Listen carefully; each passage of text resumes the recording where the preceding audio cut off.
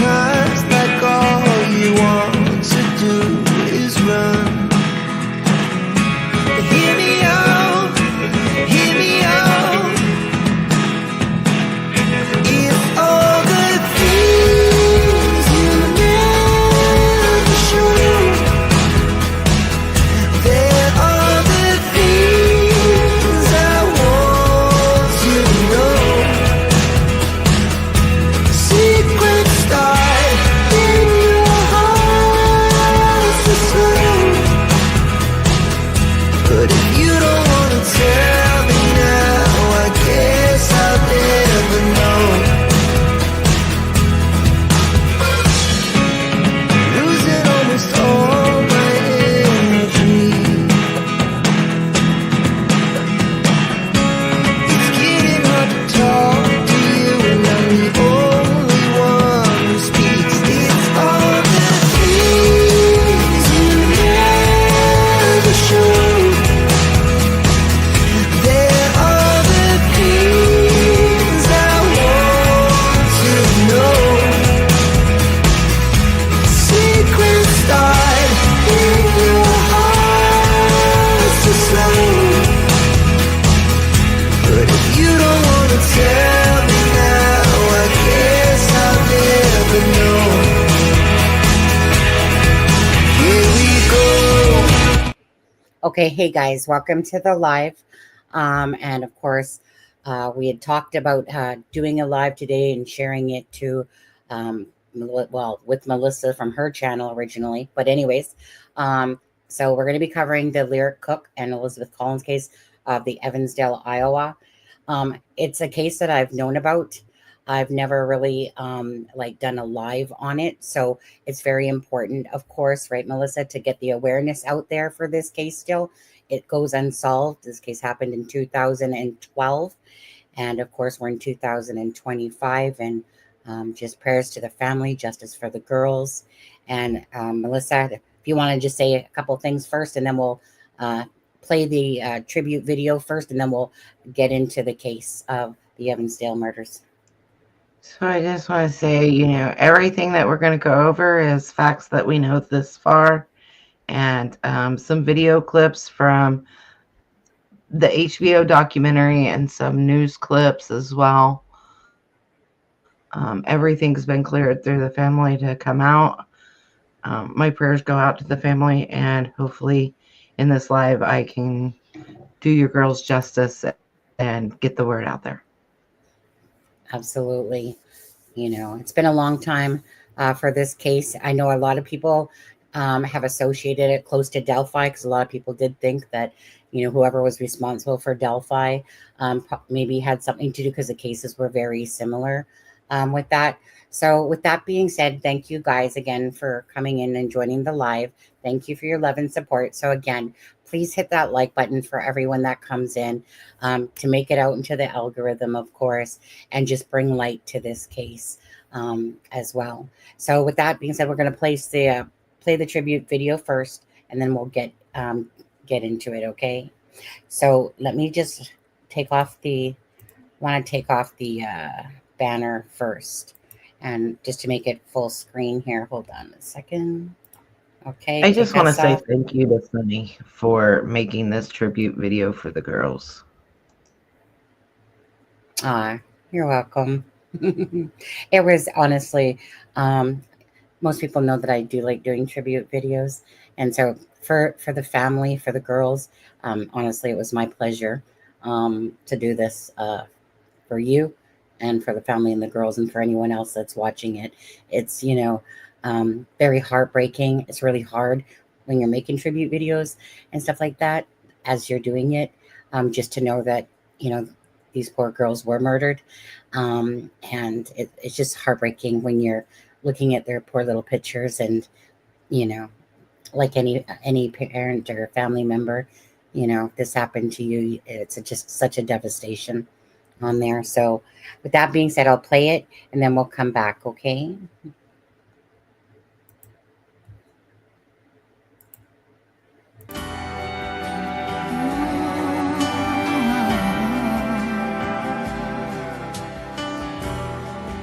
I'll always see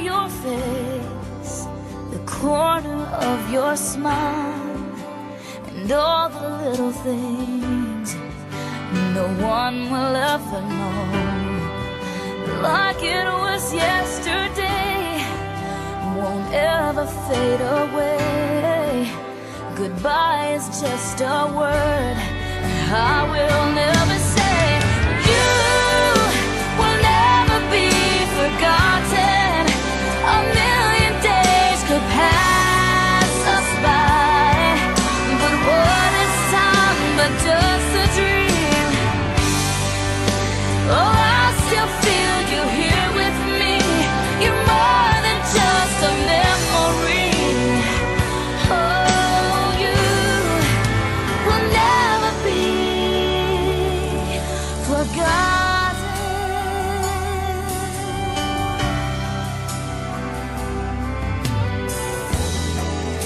I can't hold your hand or look into your eyes, and when I talk to you, it just echoes in my mind.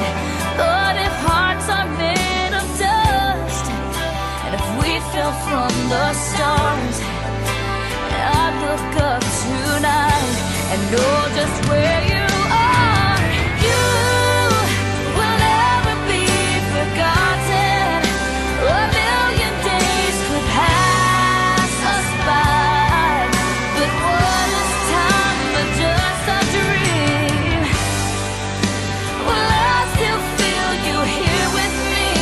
You're more than just a memory.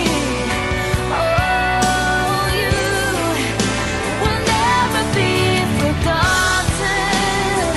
And the world just keeps on going. It has no way of knowing that you're gone.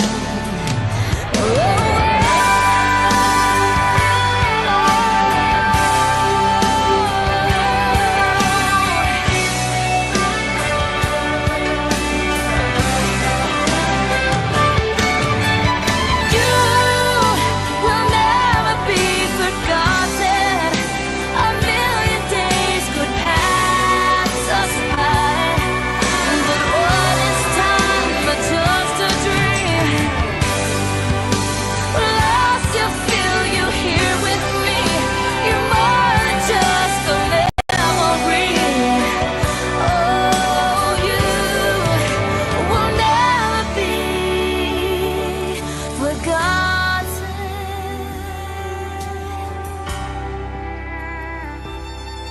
Forgotten.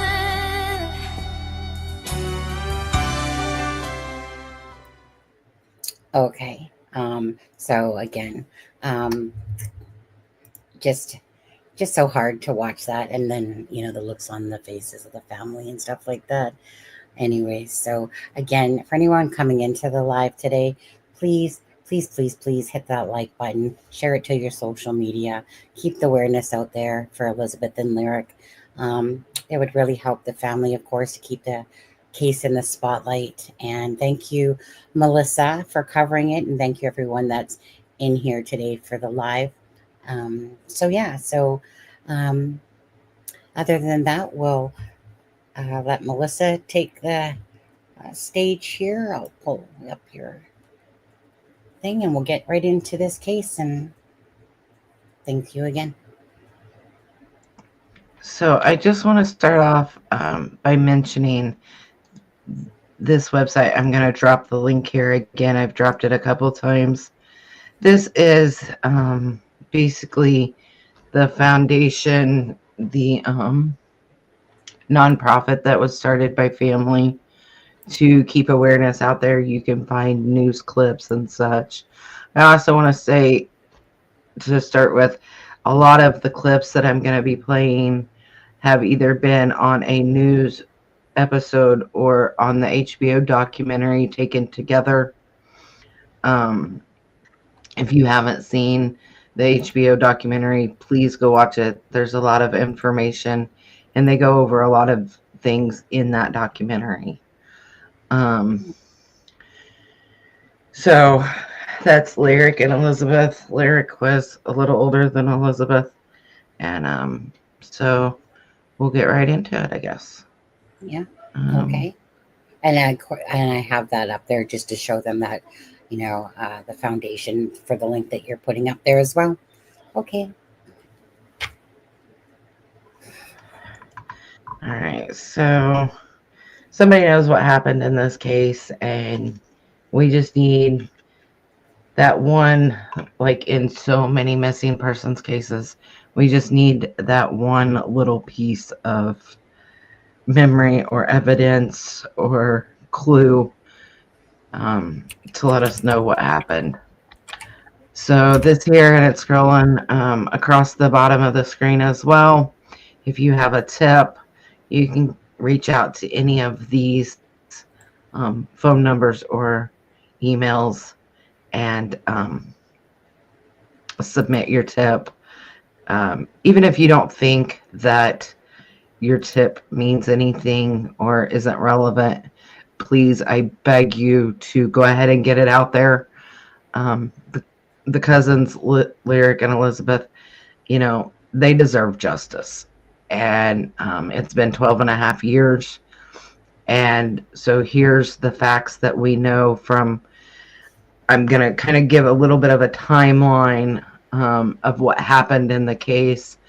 One of the major, at first, suspects in the case, and eyewitness statements and stuff like that. So Lyric, she was 10. Her favorite color was purple. She was born October 2nd of 2001. She was 4'11" with brown hair and blue eyes. She was a gorgeous little girl. Just gorgeous. And then Elizabeth, fondly referred to as Lizzie by her family. She was 8. She was born July 31st, 2003. Her favorite color, as you can see, was pink. And she stood 4'1", brown hair, blue eyes. Such a sweet little face, taken way too soon. So the facts that we know so far through the investigation is that the girls left the Collins home on July 13th to go for a bike ride. They were to be home by 1 o'clock. Lyric's mom was going to be taken. Lyric, I'm not sure if it was Lyric and Elizabeth both, but I know Lyric, to the pool. She got off work at 1 and received a phone call from Wilma Cook, which is her mother, that the girls were missing. She worked a mile away from there, so she rushed to the house, the Collins home. So she was there 1:05, 1:08, somewhere in that area. And the girls were last seen headed west from the Collins home on, it was an auction house. It was their security footage at the auction house. It was on the backside. That auction house is catty corner from the Collins home. And the bikes they were headed west, and Myers Lake is the other way. So they were headed the wrong direction to be going to Myers Lake. The bikes were found at Myers Lake at about 5 p.m. Elizabeth's purse and phone were there. They were thrown over the fence. And the girls were found on December 5th, 2012 by hunters at the Seven Bridges Park. There's 5 agencies involved with this: the FBI, the DCI, the Black Hawk County Sheriff's Department, Cedar Falls Police, and Waterloo police detectives. Divers searched the water, the lake. It was drained. It was drugged. Air searches were done with infrared. Police went door to door. The cell phone data was recovered and looked at. The offenders in the area were checked, contacted, interviewed. Again, surveillance camera there on the backside of the auction house was looked at. Witnesses were interviewed. There were 3 that seen the girls on that bike ride. Bloodhounds did track at Myers Lake the girls by the water, and family took polygraphs and passed those polygraphs. So please, if you come in here and you try to say that the family did this, if you down the family, I just ask that the mods either mute them, get rid of the comment, whatever, because do not blame the family. They are innocent. They are completely devastated. It has broken their family apart. It has broken the sisters apart. It has broken up marriages. It has devastated children. Please do not blame the family, because they have taken and passed polygraphs. They did not have anything to do with this. So, as far as the girls go, I had written down, favorite colors and favorite things that they like to do. Elizabeth's favorite tree was a willow tree. Things that they loved. But then I got to thinking, and I decided it would be best to hear it from family. So the video clip Sunny's going to play here is just the family talking about the girls. We always said, she was always busy. I was always taking her to ballet or to gymnastics, hockey, or whatever. So I always say she kept us busy then. She's still keeping us busy, So it's good. Tell us more about who she was. We saw this, adorable picture out there for months. And for people who didn't know who she was she? Oh, gosh. She came born, she was blue. She was a blue baby. That was terrifying. And she made it through, and just kept us on our toes every day. She just, she loved people. She loved animals. Like, if she could have had every animal out there, she would have. Any animal she saw, she fell in love with, and they loved her. She loved nature. She loved being outside. She also loved the water. She was a water baby. She loved swimming, and any chance, we could go swimming, we did. We always had passes to Lost Island and stuff, so that was a huge thing for the summer. Then when it got cold, it was an indoor pool or something, we went to a hotel. So which in the summertime we usually did. We went to Wisconsin Dells or something. And we got to have the indoor water parks. So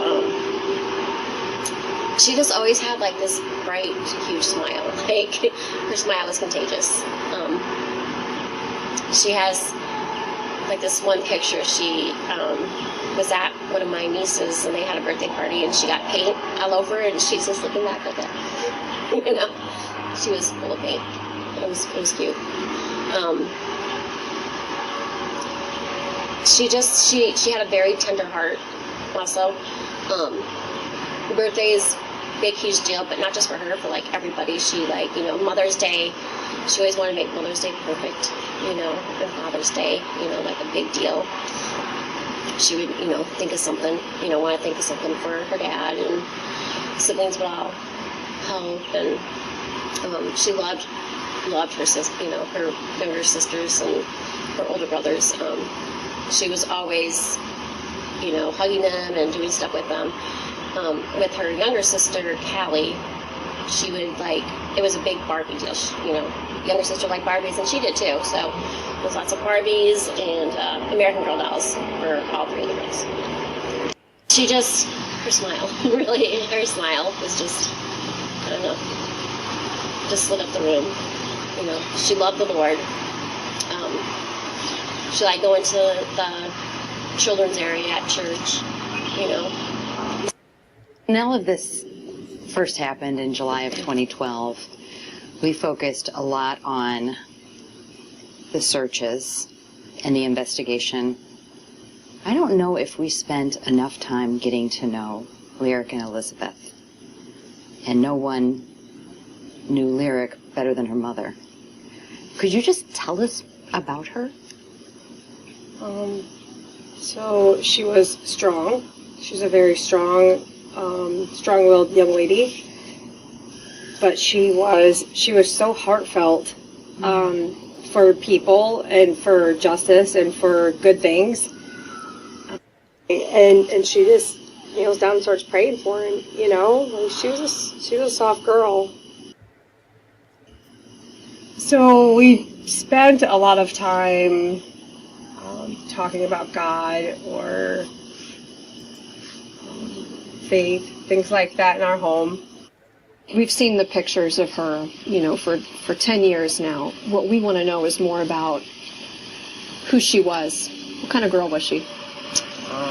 She was just really bubbly, laughing all the time. Very, very good sister. She wanted her little sisters wherever she was. She's just a really good kid. Really good sense of humor. Loved animals. Just loved everyone. Didn't have a mean bone in her body. Just a very sweet little girl.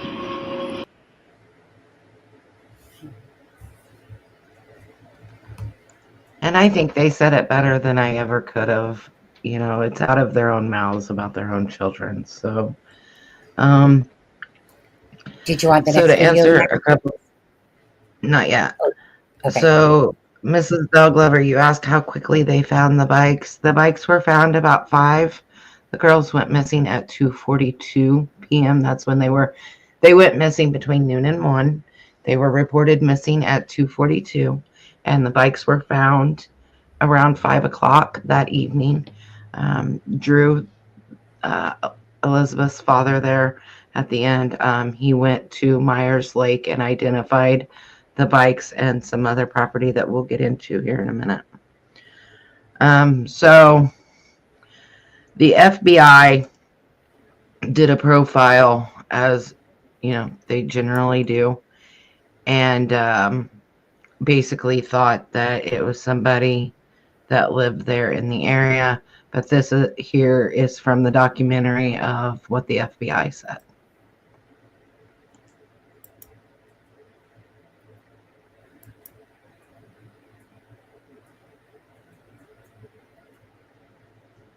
Now you can play that video. The FBI came in and they issued a profile of the killer. You know, one that they were local.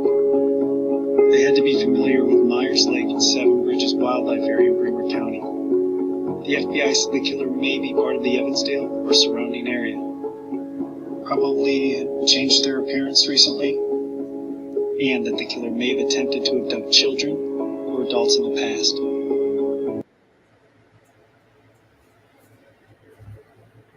So for me, like, that was such a generic FBI profile.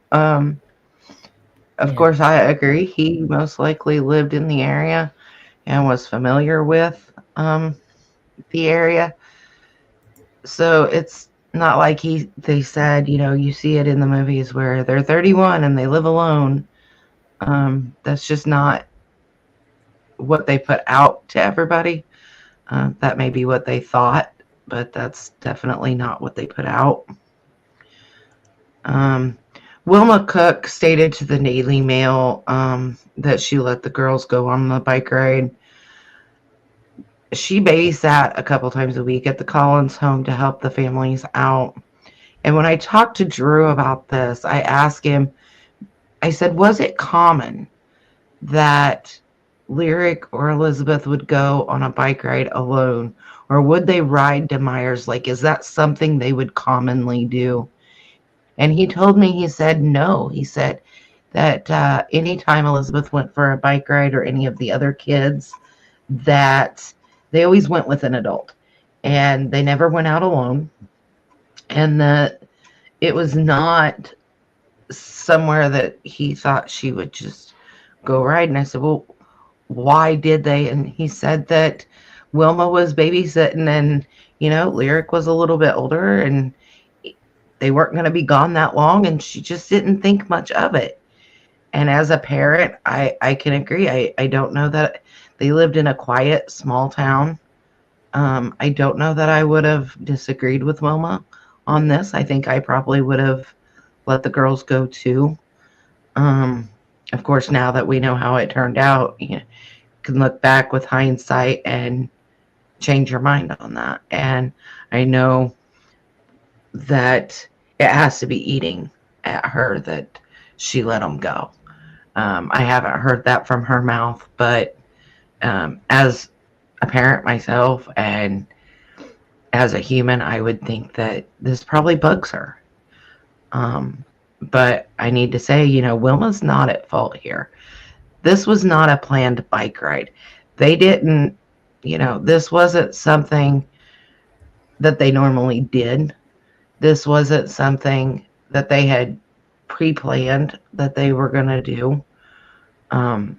So as far as the crime goes, I don't believe it could have been a planned crime, because for it to have been a planned crime, they would have had to know that the girls were going to go for a bike ride, and that's just not possible. I think this was by chance. So the last video of the girls that was caught is on the auction house that is catty corner from the Collins home. And so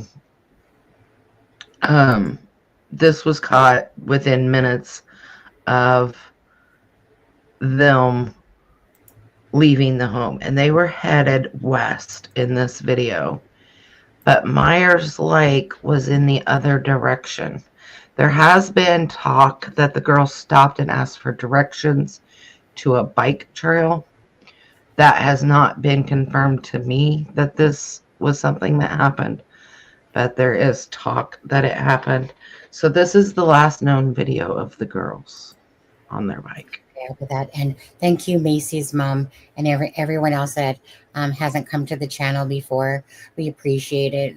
This, by the way, this live is not monetized at all, and this is strictly for the love and support of the case and a good friend named Melissa, which is the American Justice Channel. And but thank you for joining us. Macy's mom says hello. I live in the community they are from. Well, we'll play the video. And again, thank you for joining us. It is so sad, this case, for sure. It's just heartbreaking. As parents, we all know that this is just the most hurtful pain that any parent could feel. So before you play the video, while you're playing the video, because it doesn't have sound, fly on your wall. The babysitter was the grandma. She was 72 at the time, or 70 at the time, 70 or 72 at the time. She was cleared. The entire family has been stated that they had nothing to do with this. We'll get into that in a minute, but yes, the grandma was babysitting. And unfortunately for this case, as you can see by this video, this is a very grainy video. Quality isn't the best, but it was the last that the girls were seen. And when the girls drove by, Drew was on the phone with the lady at the auction house, and she had told him, "Oh, I just seen your little one drive by or go by on her bike," and they kind of laughed, and then that was the last sighting as far as video of the girls. Honestly, that it's so hard just to even like be looking at this, knowing, obviously, just to know that they were alive right there and then.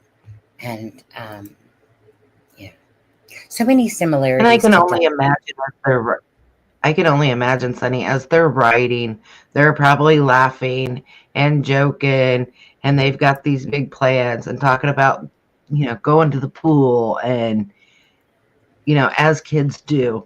So to know that within hours, that is all going to be cut way too short just breaks my heart for the family. Yeah.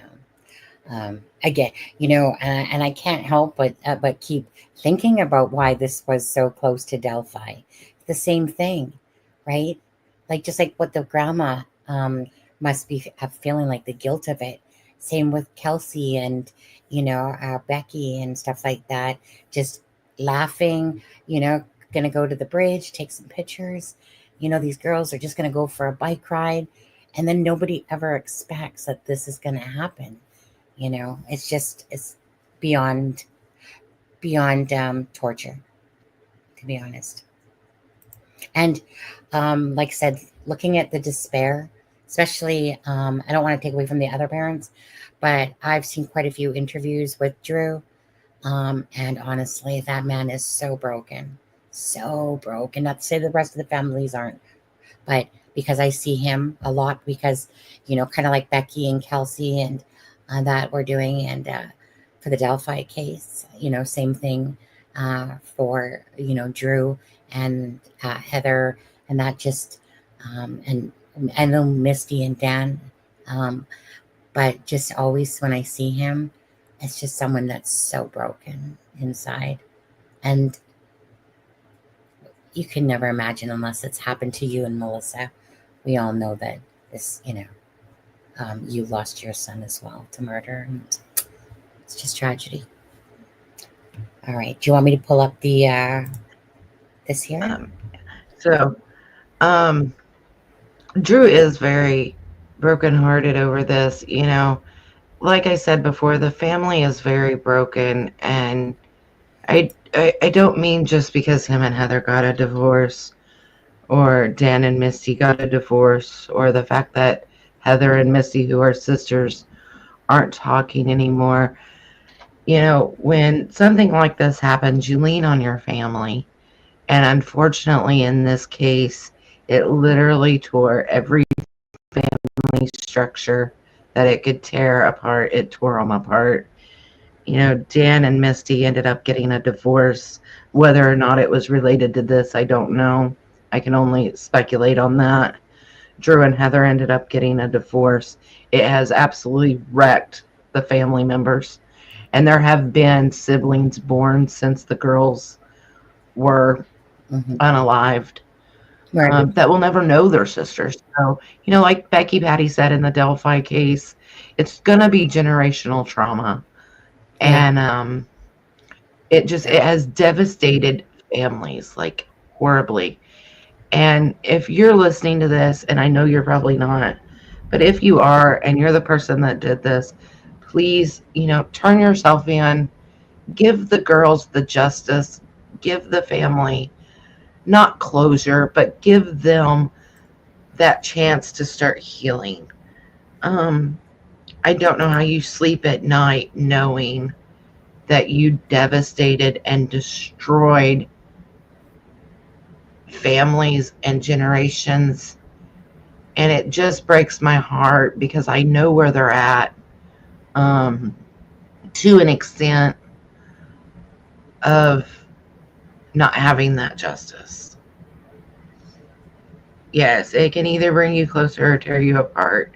And unfortunately, in this case, it ripped a family apart. Like, they have not spoken for a long time. And that breaks my heart. I was going to say, Melissa and Lacey just said, I also know the family who found, the word was supposed to be found, the girls.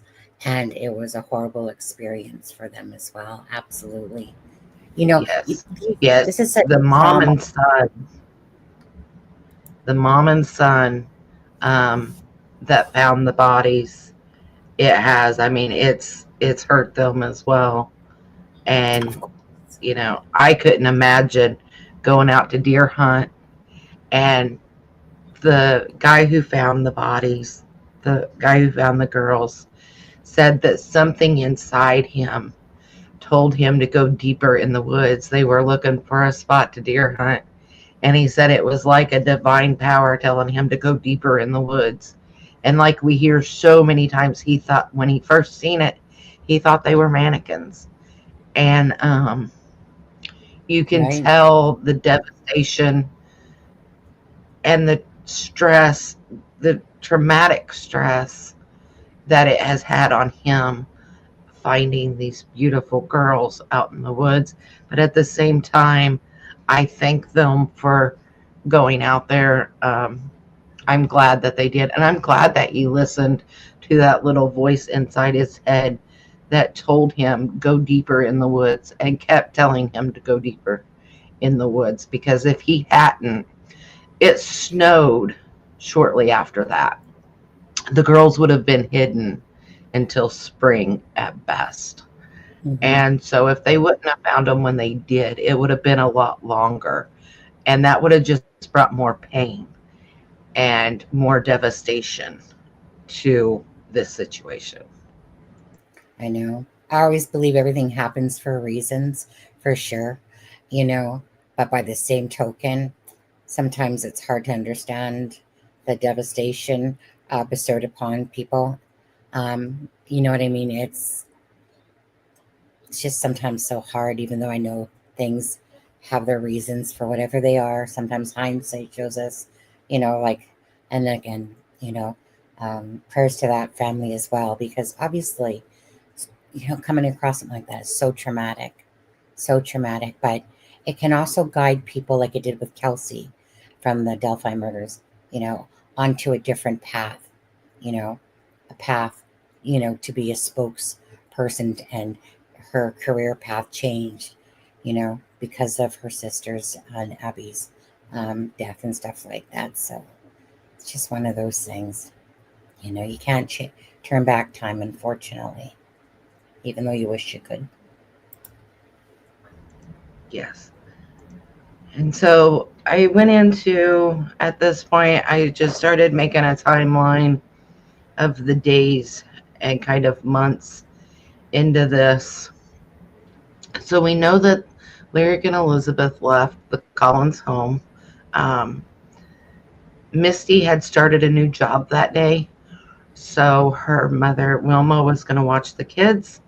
And she also had to watch Elizabeth that day because Drew and Heather were both working that day. So she watched the girls at the Collins home. So we know that they went out for a bike ride at noon. Right around noon is when they left.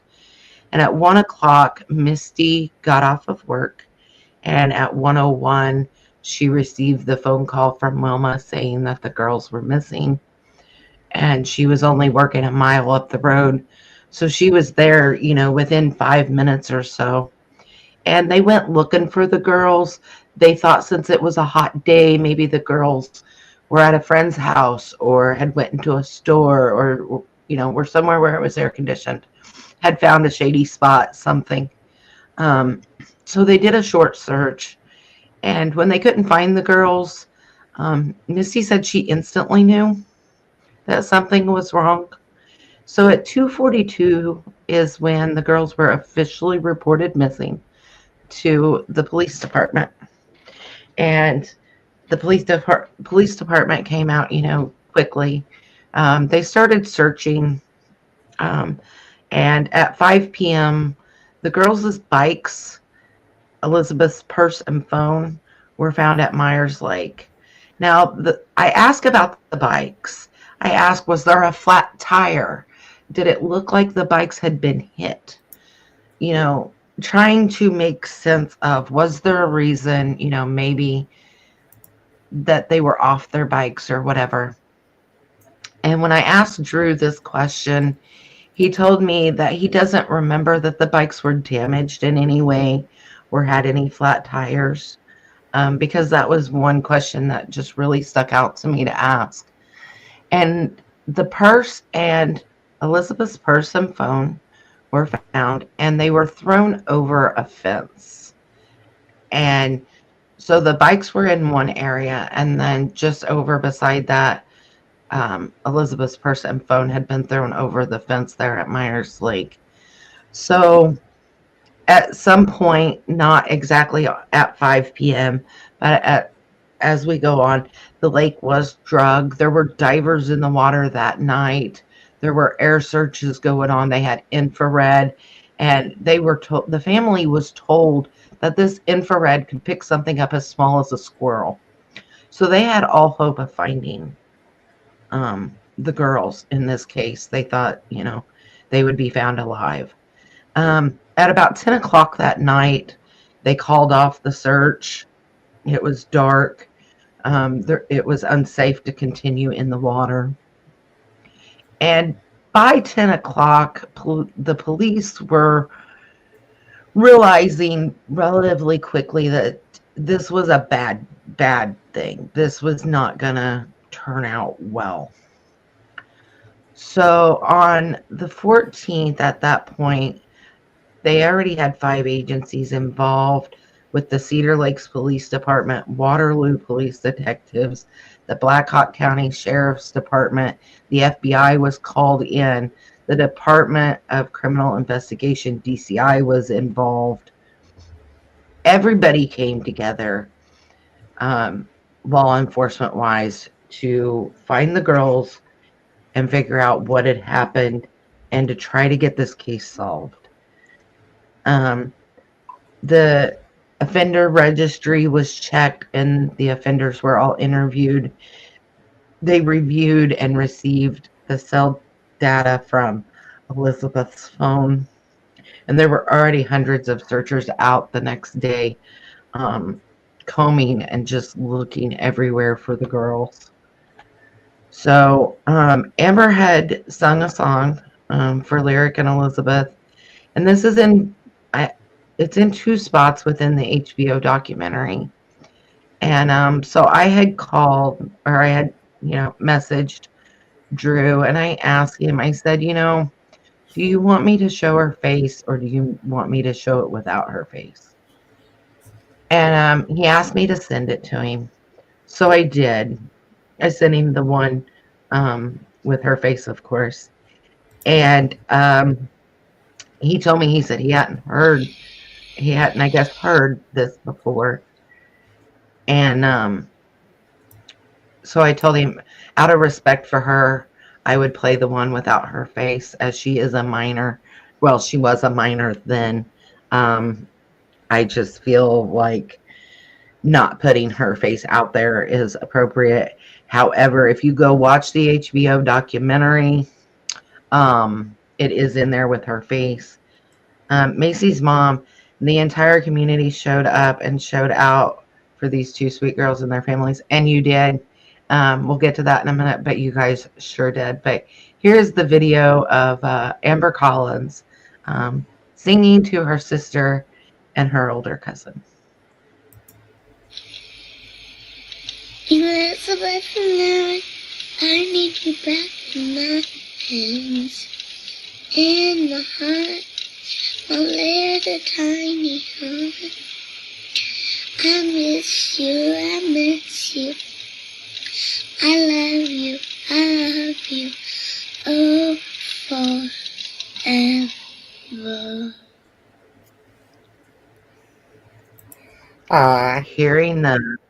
Hearing that the first time, I was so brokenhearted for her. Like, you hear the want in her voice. Like, just come home to me.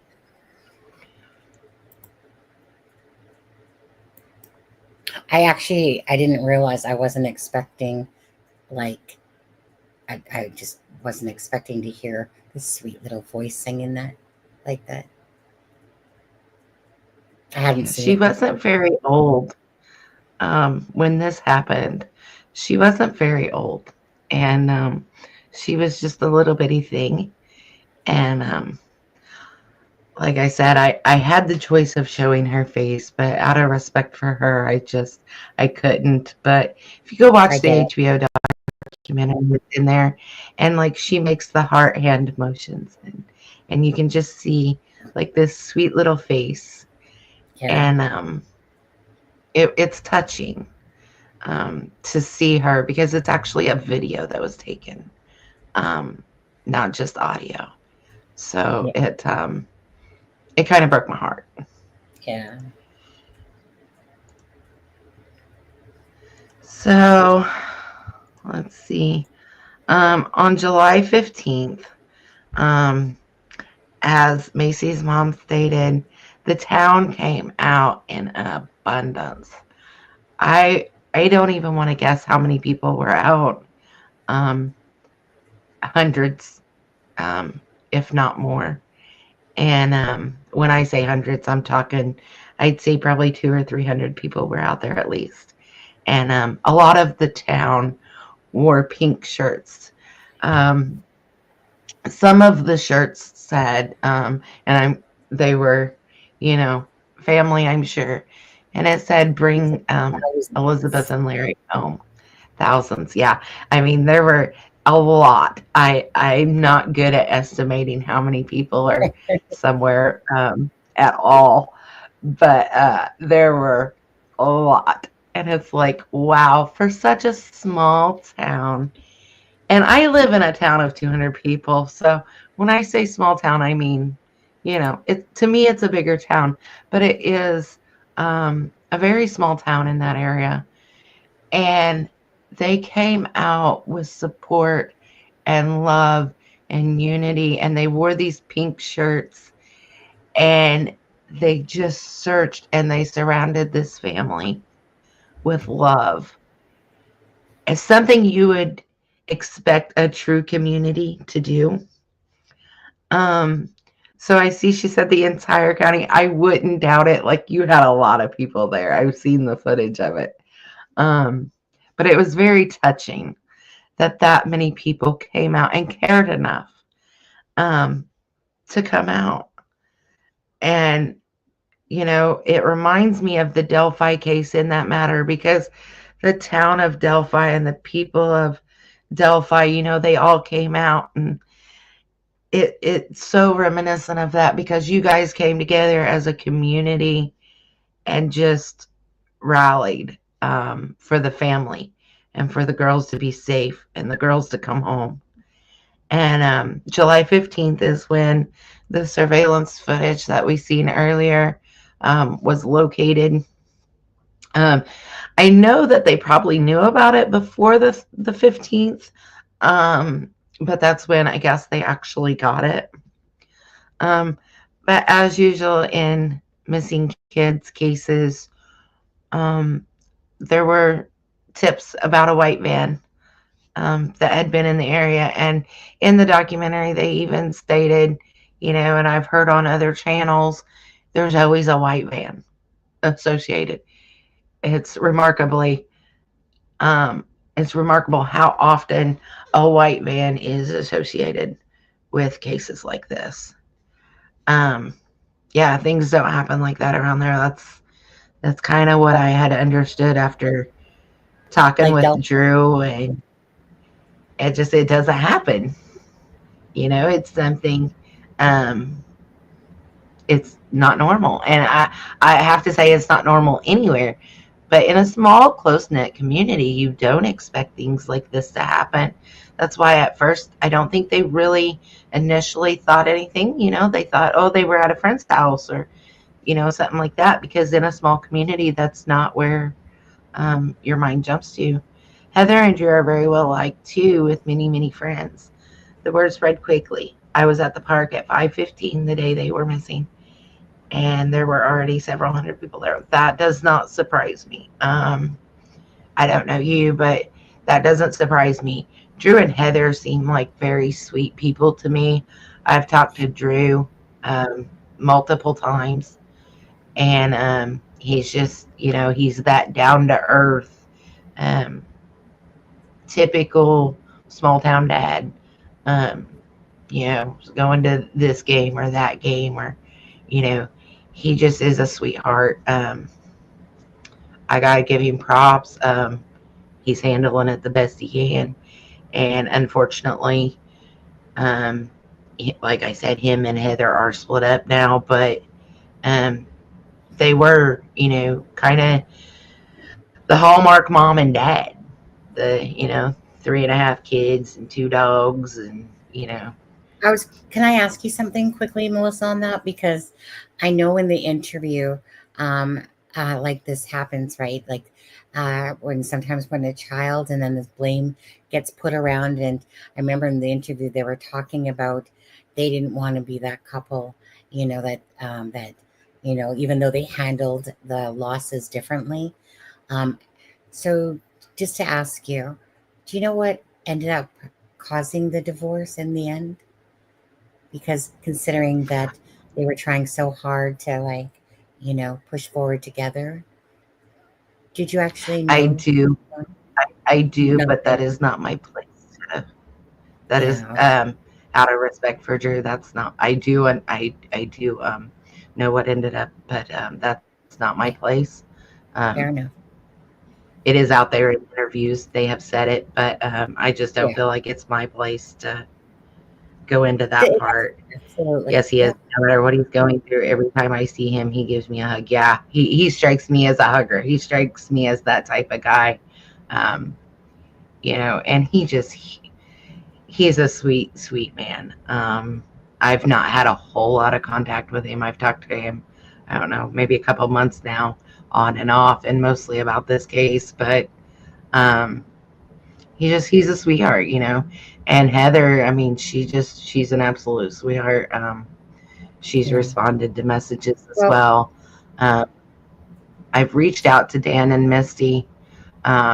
Neither one of them have contacted me, but I will say, if you come in here and you down Dan and Misty, I'm going to have you removed, because, they didn't do this either.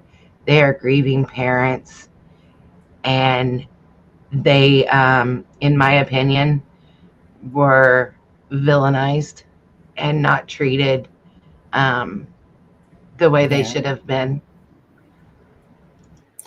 I mean, obviously there's history there, but that's the thing, right?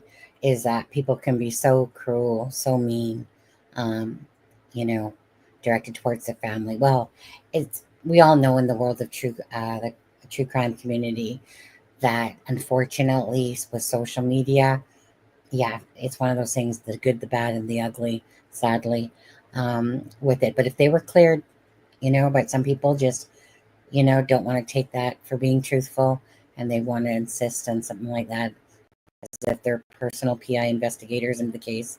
But, so that's very sad. In all fairness, I will, and all transparency, Dan and Misty both had passed. They'd both done some time in jail. Mhm. They had some issues, just like anybody else. Yeah. And it is out there, so I will say this part. They did have a drug pass, and I think that's why they were villainized.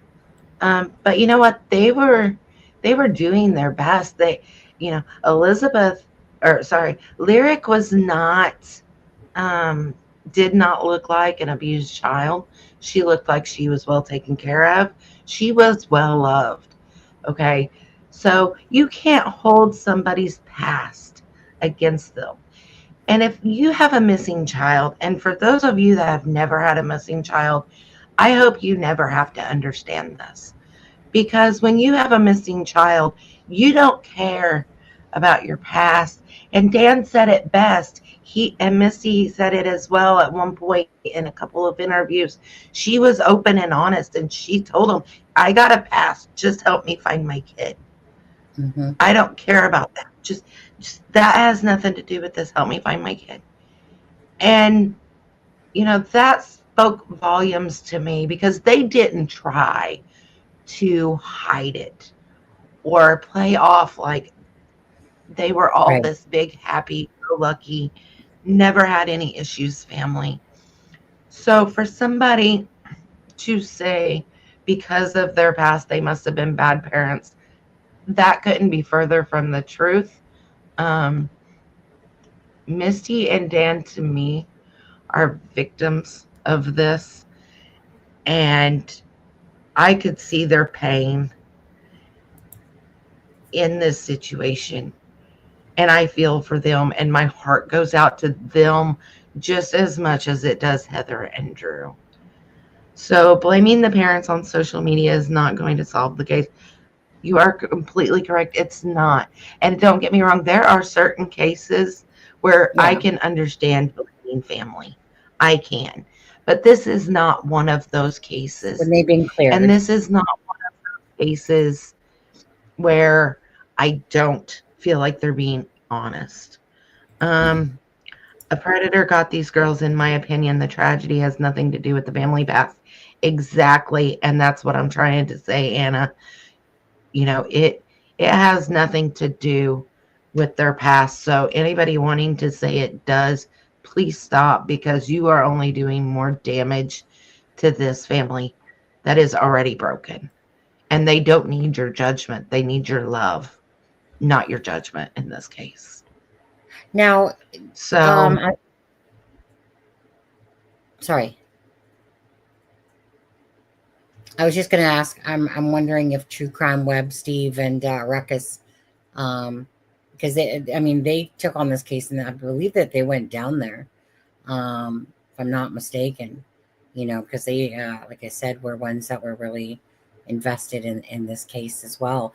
And the parallels about the white van, like, again, this case is so parallel to Delphi in so many ways. I mean, we come to find out about the white van in the Delphi murder trial, let alone, a sighting or 2 to 3 tips about a white van again. It's really crazy how parallel these cases truly are. Maybe it's the person that owns the white van in Delphi. Probably not, but maybe. probably not, but we never know, right? Because we don't know. So You don't know what you don't know. there right? were some sorry. So there were some eyewitnesses after the girls were seen on the video just up the road. There was a man. He was out in his yard and he was just kind of raking his leaves, and he had his back to the road, and he said he seen the girls and they said, "Hi, Bob." And he said he turned around and said, "Hi, girls," as they were going around the corner. And he said he said he just got a quick glimpse of them because they were gone. He said they were out having fun, laughing, and, Nice summer day. the girls were just, like he said, they were out having fun. They weren't, they didn't have at that point a care in the world. So yes, Anna, Delphi and Evansdale are not connected. That is true. And it is important for the public to not think that they are, because that has been proven. But what Sonny's doing is just drawing parallels. And, if you go watch the HBO documentary, they do make a lot of references to the fact that the Delphi case and the Evansdale case seemed really close. One went for a walk on a bridge, train trestle, and, one set went for a bike ride. And, neither were seen again. And there's white vans, and there's different similarities. Yeah. And, they're not connected. But let me remind everybody, and we'll get to it here in a minute, there are only 17 cases since 1973 of double abductions in the entire United States. So it's not implausible for me to think that the FBI would try to draw parallels between two cases. Oh, absolutely. Well, these ones have strike. I mean, Anna Lisette knows because she's a regular of the channel. But yeah, she knows. But a lot of people were under the impression that whoever committed Delphi, had also done the Evansdale. Now, I remembered them saying that they weren't connected, so I didn't follow that same path. But as I'm listening to all the information, I do see why people absolutely thought that. But correct, they are not connected. So unless Richard Allen has a secret past we have no idea about before Delphi, other than that, and plus you never know, to be honest with you. But it is so striking, just the similarities of the cases together, regardless if they're deemed as not connected to each other. It's just, there's so many parallels for sure to this case, although not connected. Okay, Anna? Yeah, there are. And that, there's a lot of parallels in a lot of the double abductions that I've noticed. And it's like, I can't, if I were in their shoes, I would have definitely looked into it as well. Yes, the person that took them knew about the 7 bridges, and we'll get into that in a second. So then there was another guy that seen the girls, and he said they were walking beside their bikes and they were pushing them. And they were kind of going towards some trees. There was a female that was driving. She said she was driving down Gilbert towards Evans, and she saw a man by the no outlet sign, because this was a dead-end no outlet road that she seen. And he was standing beside the no outlet sign. She said he had a girl on his shoulders that seemed to be fighting him, and he was also with his other hand trying to control a second girl. She said she thought at the time nothing, she didn't know about the missing girls. And she said that, she just thought it was a dad picking up his kid, and that the, little one didn't want to go with him and didn't want to leave because she was having fun or whatever. And she didn't put much into it until she got home and realized that the girls were missing. And of course, she called the cops and reported it then after she realized there were missing girls. But at the exact moment, she didn't put a lot of weight into it. But she said there was a white van that was parked kind of across from where he was, there on Elmer and Gilbert Drive there. So, people came out and was like, I seen them, this is where they were at. But again, the girls were headed west. Okay. When they were on the security footage from the auction house, they were headed west, and Myers Lake is in the other direction. And so, and they're not really close to Myers Lake. This auction house and Myers Lake aren't really close together. It's not like it was a couple blocks. There was a good distance between the two. So on July 16th, they drained the lake, and the FBI bloodhounds had been out, and they alerted to the girls' ascents over by the water.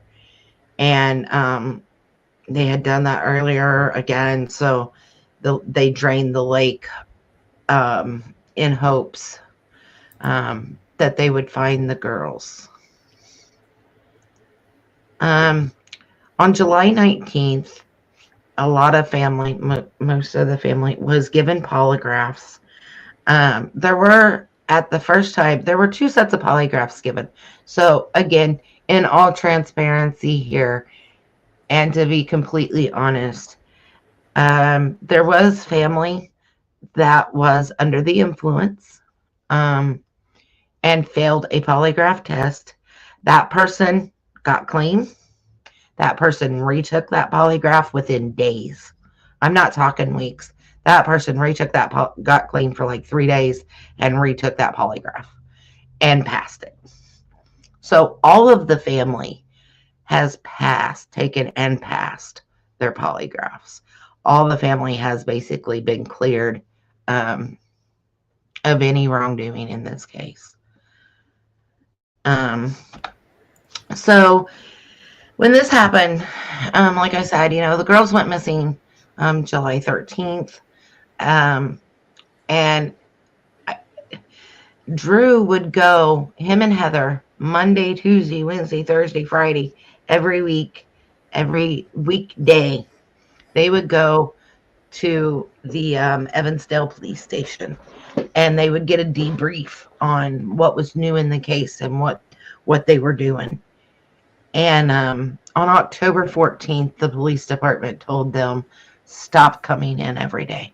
There's nothing new. You don't need to basically torture yourself. You don't need to come in every day.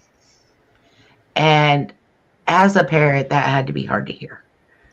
That had to be hard to listen to an officer tell you, don't come in here. We have nothing else for you. Nothing is panning out. We don't have anything for you. And I know to this day that Drew is kind of the main person that they go to. When there's something that comes up, when the bikes were found that night, Drew is the one who went to Myers Lake and identified the bikes and Elizabeth's purse and her phone. When things come up, it gets your hopes up.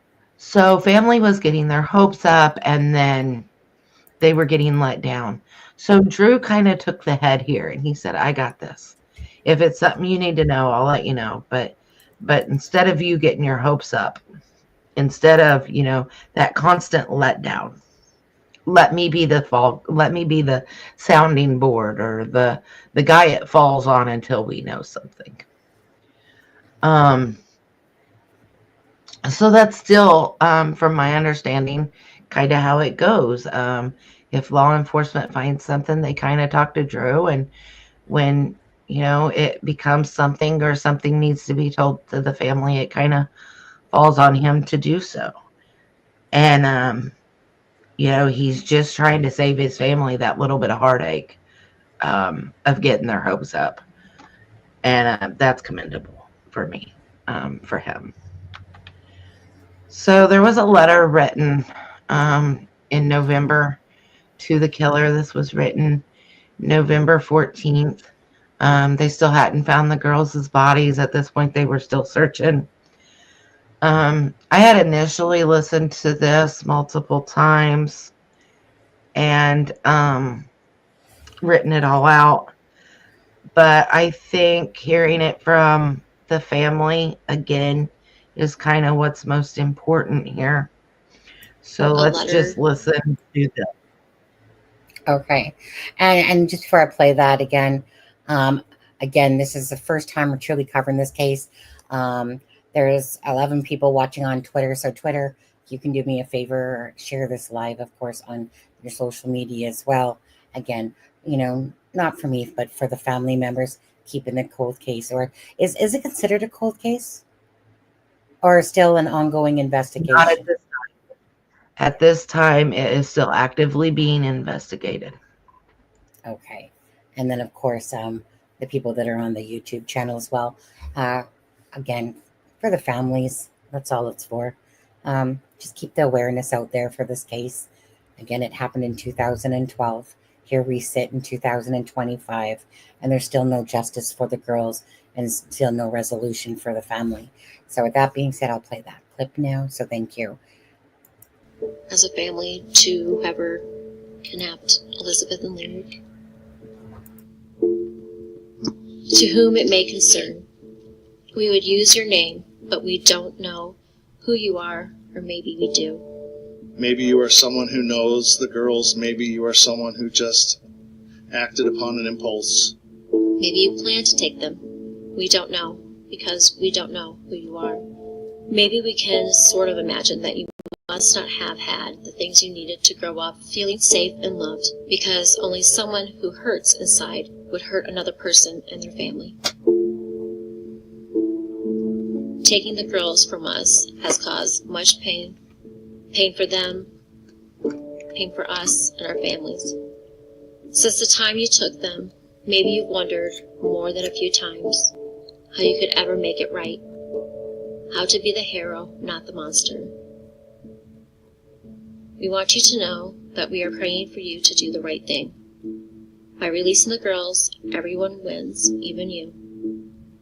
Imagine how it would feel to have everyone remember that you were the one person in all the missing cases who cared enough to let the girls go. Our lives have not been the same since July 13th. Police let our girls.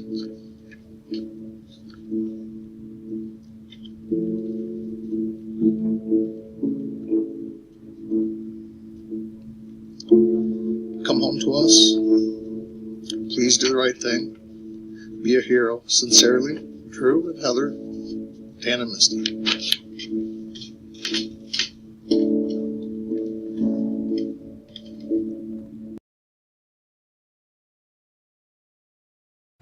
That's so hard.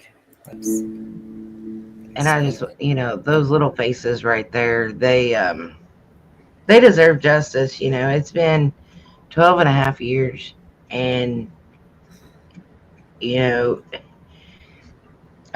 somebody needs to come forward with some clue that will give this family the peace that they need to start the healing to truly start the healing process. Because you really don't start healing until you get some form of justice, in my opinion.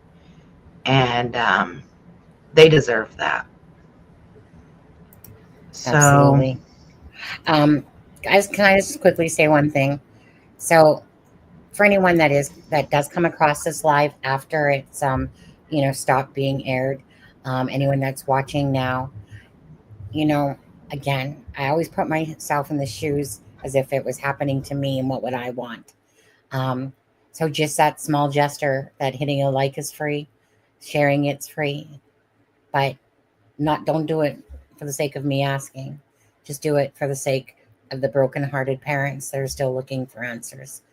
I honestly, the one thing that I've always said quickly is that this is such a horrendous tragedy to any family. And those cases where they don't know where the children's bodies are and stuff like that, the torture these people have to live through.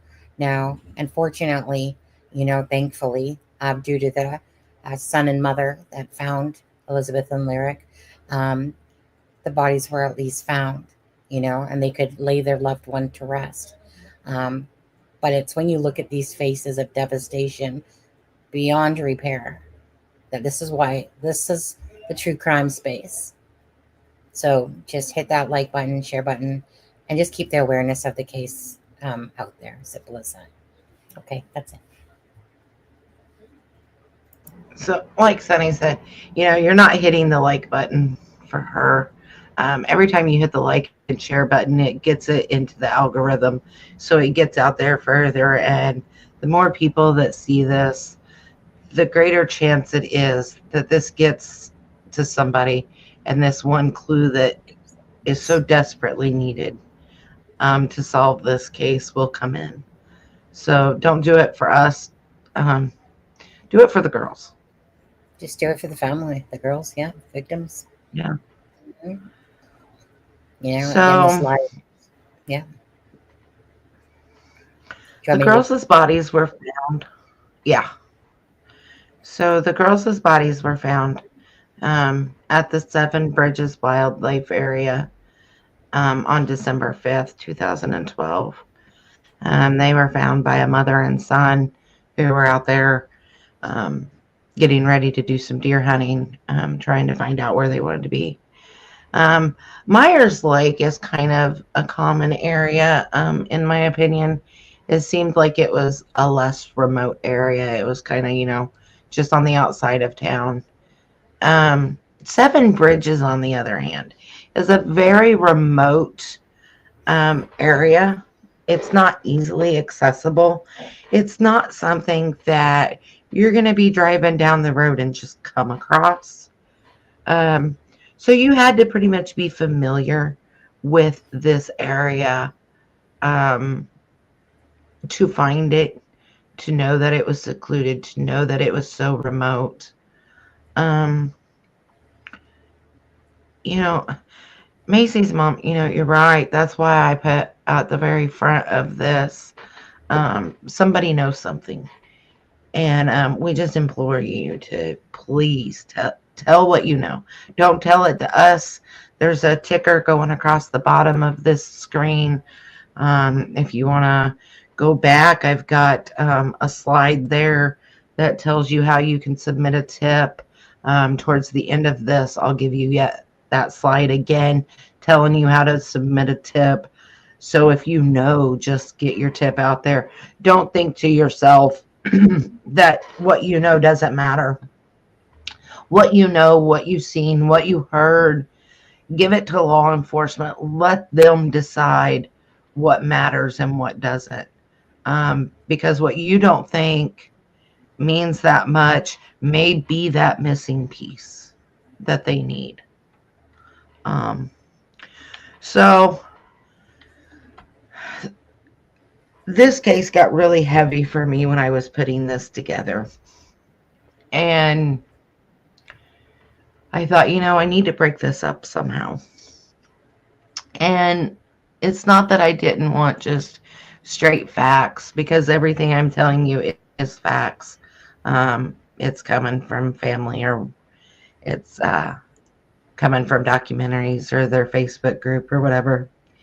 And so I got to thinking, I said, there's got to be some way I can break this up and it not be so heavy and so sad. So I had come across this. Oh, sorry. And I thought this would be the perfect time kind of to take a little break from the heaviness before we start getting into suspects. Because they're basically telling their family, I love you. So Drew, Heather, Misty, Dan, this is how I want you to remember your girls in the happy times. And this is how I want the public to see the girls. Hey guys, can you hear me? I love you. I love you, by the way. That was too quick. And I just, 1 second. there was very little out there, but it's so cute at the end. Watch her face. Yeah. There at the very end.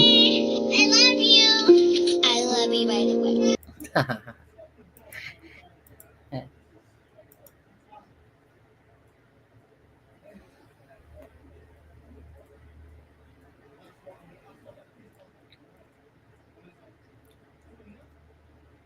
Can't believe that people out there, how they could hurt children. It's just unbelievable. How someone could look at these, it's sick, twisted monsters. You know, only they could do this.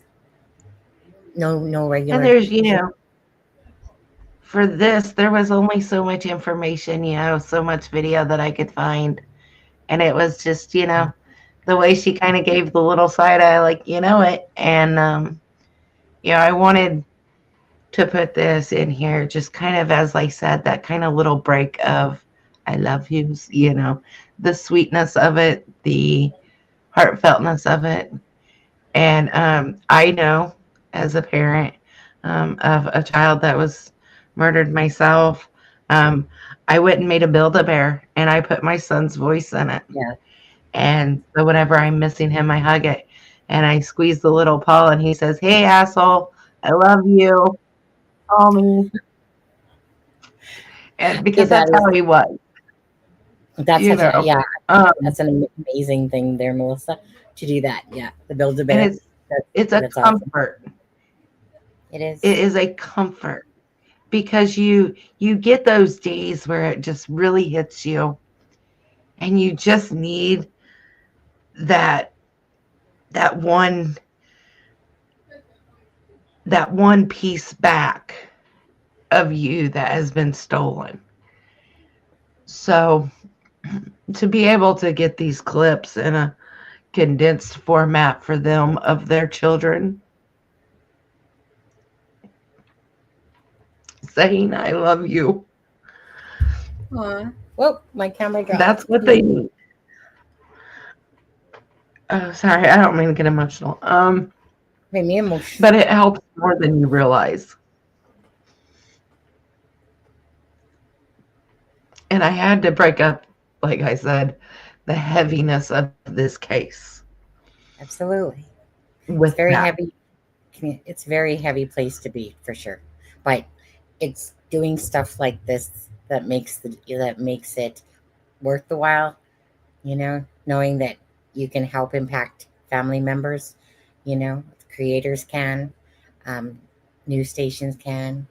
So every little, it's like every little bit helps, and that's what matters. Yeah. Not all of us have 100,000, 1 million subscribers and stuff like that, but every little bit counts.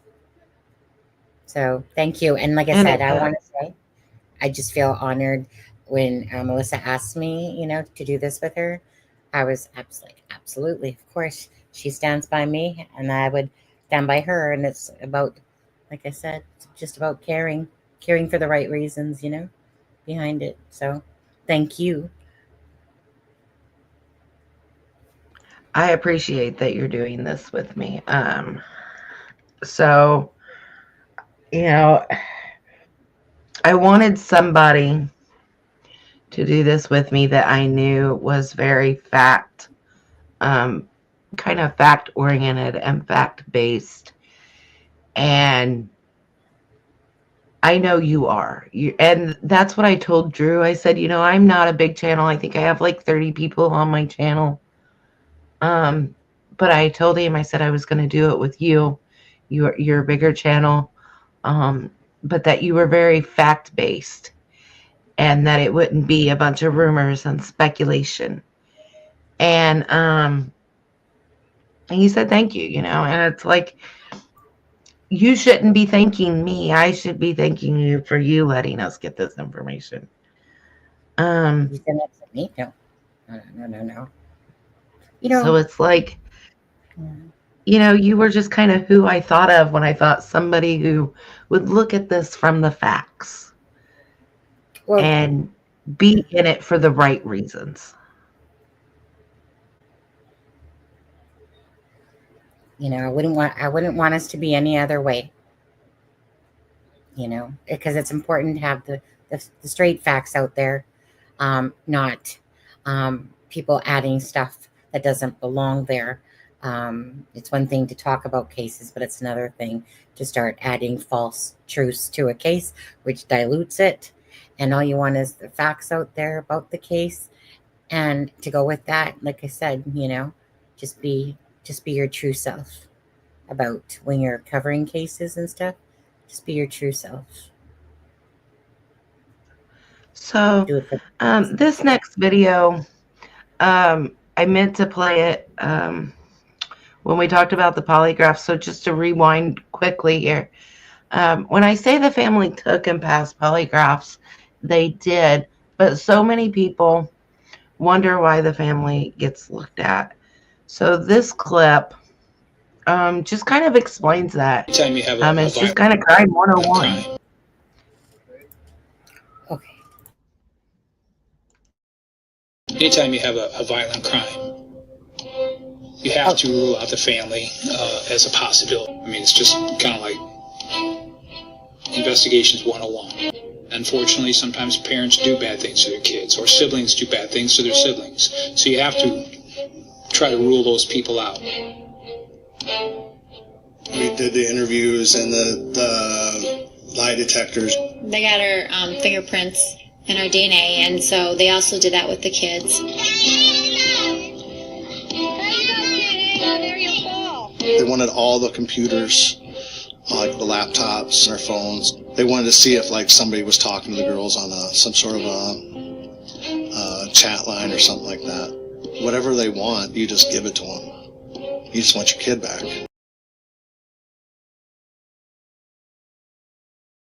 And you do. I mean, you just do whatever you can as a parent. Drew put it best there. I just want my kid back. So for those, because I know there's always going to be those questioning, well, why did they give polygraphs to the family? Or why do they question family? Well, it's crime 101. That's where you start. You start closest to home and you work your way out.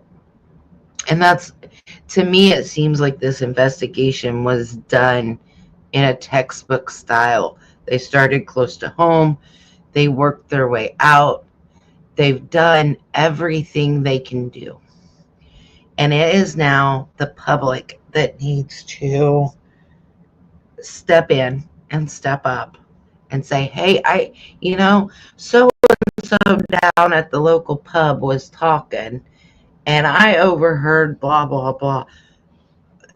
Let law enforcement decide if that's relevant. Let law enforcement decide if that is something that is needed. So I just wanted to play that quickly. So now we're going to get more into kind of suspects and the fact that this was a double abduction, because double abductions are not common. They're not something that happens a lot. And, they're rare. So we'll play this clip and then we'll talk a little bit more about double abductions and get on into kind of where they went as far as suspects and stuff like that. A double abduction is extremely rare. Throughout the United States, I think there's been maybe 15 since the 1970s. Extremely rare anywhere in the United States to have two children abducted at the same time. So there, since 1973 to 2013, there were 17 total, I want to revise this. I believe at that point there were,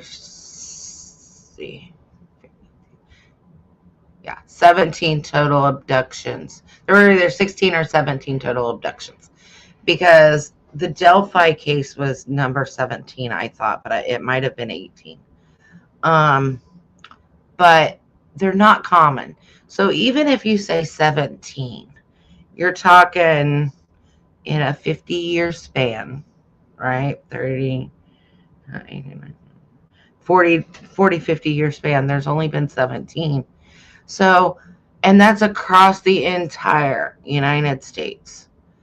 3 of those are in Iowa, which I thought was kind of a high, there's 50 states, like whatever this is, 40 years or whatever, 50 years. My math ain't mathing right now. So for 3 of them to be in the same state, and for those 3 to be relatively close in location to each other. I mean, they're not super close, but they're within a couple hours of each other, I thought was kind of important. So the first suspect that was looked at was Michael Klunder. So this is just kind of a summary of his criminal history in 1992. He abducted a 21-year-old woman, and she escaped his abduction. He actually did abduct her, but she escaped. So then within hours of that abduction, he went and abducted 2 3-year-old children, 2 3-year-old girls, from a yard, and later discarded those girls in a dumpster. Those girls were found alive, unharmed. Unharmed in a sense that they weren't hurt physically.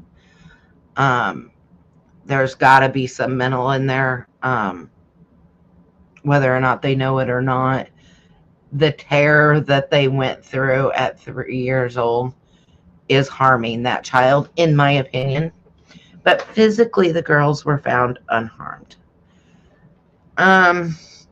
So he was arrested for that, and he was sentenced to 30 years for the abduction, and for the abduction of the 2 3-year-olds. And he was sentenced to 11 years for the abduction of the 21-year-old. So in total, he was sentenced to 41 years. He spent 20 of those years in prison. In 1992, he went to prison. He was released from prison in 2011. So in 1991, Michael Klunder abducted 2 3-year-old girls in Charles City, Iowa. In 2012, Lyric Cook-Morrisey and Elizabeth Collins were abducted in Evansdale. In 2013, in Dayton, Iowa, Michael Klunder abducted Kathleen Shepard, 15, and Desi Hughes, who was 12. Hughes escaped. He came to the girls and told them he needed help mowing his yard. And they said they needed to go home and ask their parents. He said he'd give them a ride to their house. He ended up going the other way. Said that they could call their parents to get permission. And he took the girls to a hog confinement barn. This is Kathleen and Desi. He took them to a hog confinement barn. And he took Kathleen Shepard in a different room, and Desi Hughes took that opportunity, and she escaped, and she ran to a neighbor, and she's begging to call the cops, and she does call the cops, and she tells them the story, and she tells them this man abducted her. I've heard the 911 call. It's within the HBO documentary. So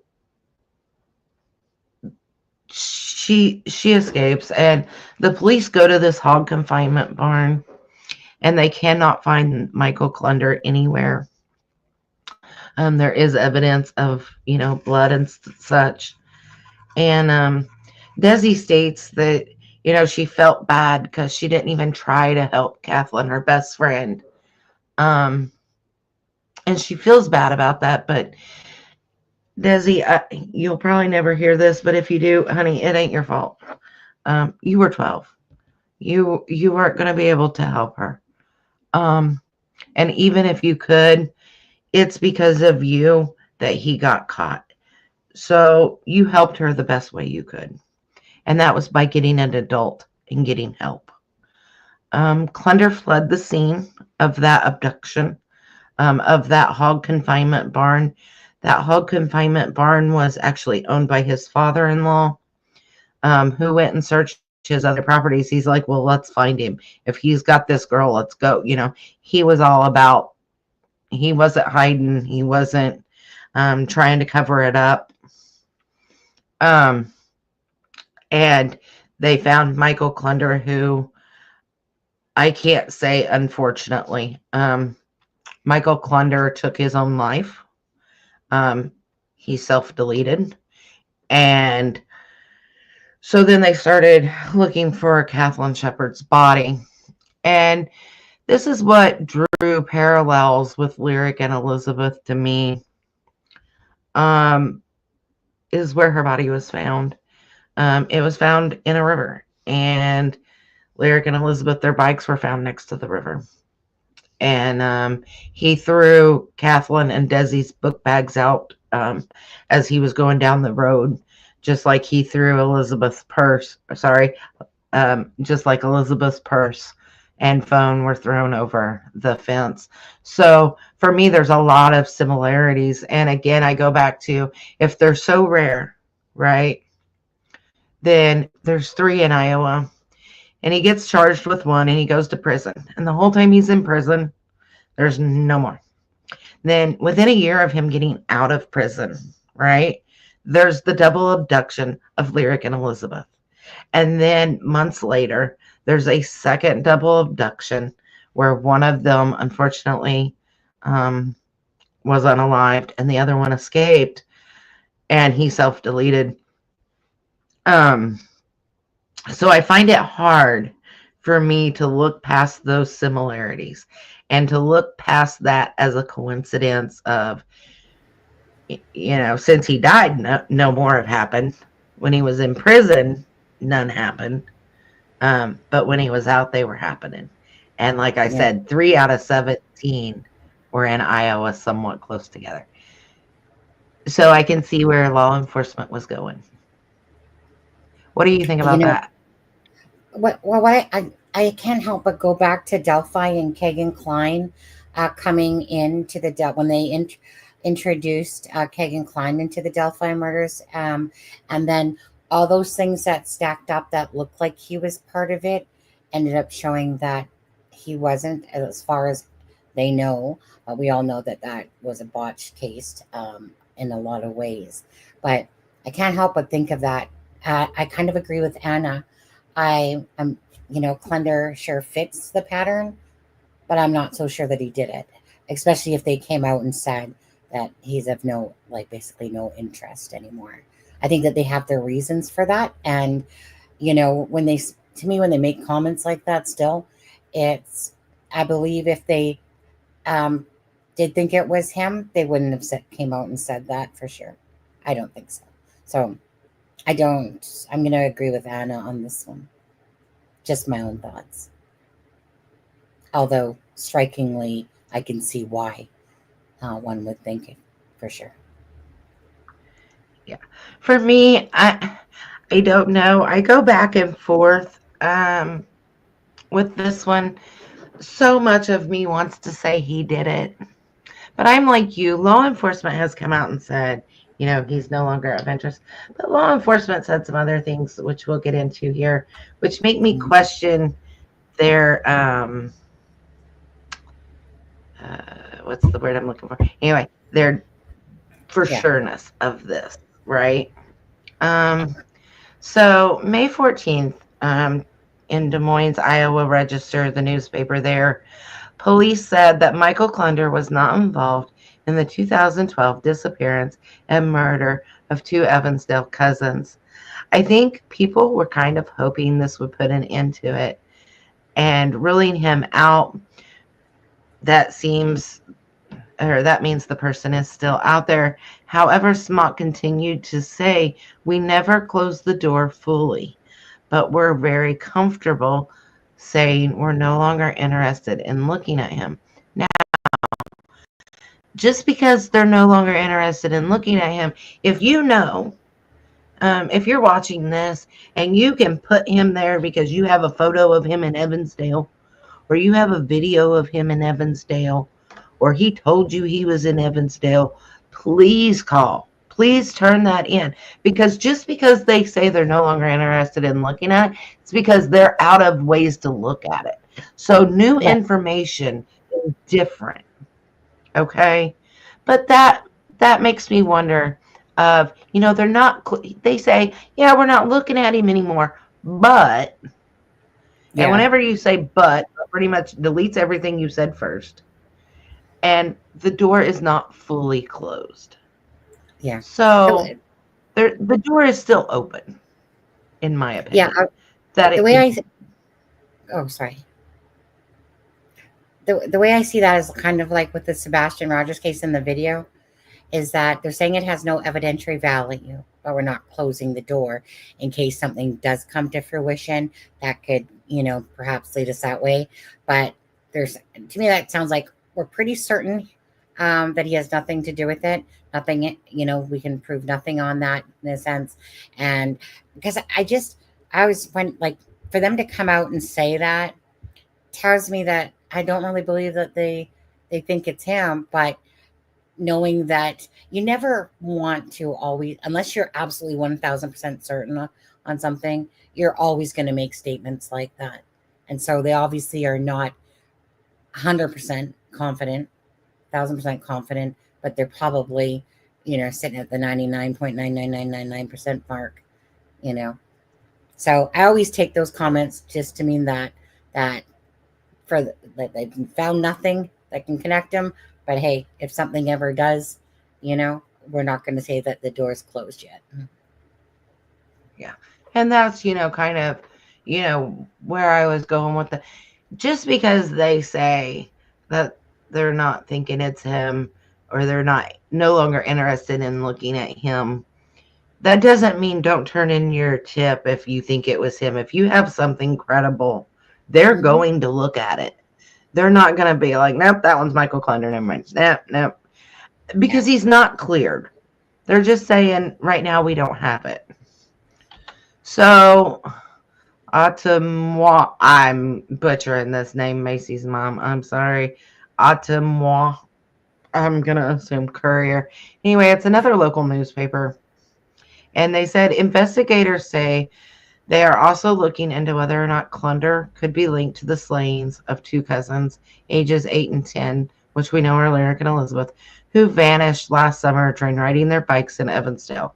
In the 1980s, Klunder, who they're talking about when they say he, Klunder lived at the Residential Treatment Center for Emotionally Troubled Children in Bremer County, which is where the cousins' bodies were later found in December. So for me, that connects him to both areas, right? Because he lives in Evansdale, or had lived in Evansdale at one time. And he's connected. Atemois. Okay. So he's connected to both sites. And, FBI is saying that it's somebody who has a connection, right? So this is just kind of another for me that is like piling up for my thoughts as far as him possibly Absolutely. being. Now I will say at first the family kind of thought it might be Klunder, and then they thought it wasn't. So I'm not sure where they stand like as of today, but I think that this has even kind of got the family going, well, wait a minute, you say one thing, but he really fits the bill. So, we can't rule him out. So then, while this is from the Department of Corrections spokesman, Fred Scarletta, and this is when Klunder was in prison for the 92 abduction. And he said that officials declined to seek his confinement for treatment when his prison term expired because they didn't have enough evidence for a court to declare him a violent predator. And, you guys can read what I put there. I don't want funny page taken down. And he said that Klunder successfully completed offender treatment program and did not show any signs that there could potentially be further problems. And I have an issue with that. You let this man go in 2011, and let's say he didn't harm Lyric and Elizabeth. We know he harmed Desi and Kathleen in 2013. If he would have been on the violent predator list, maybe it wouldn't have changed anything.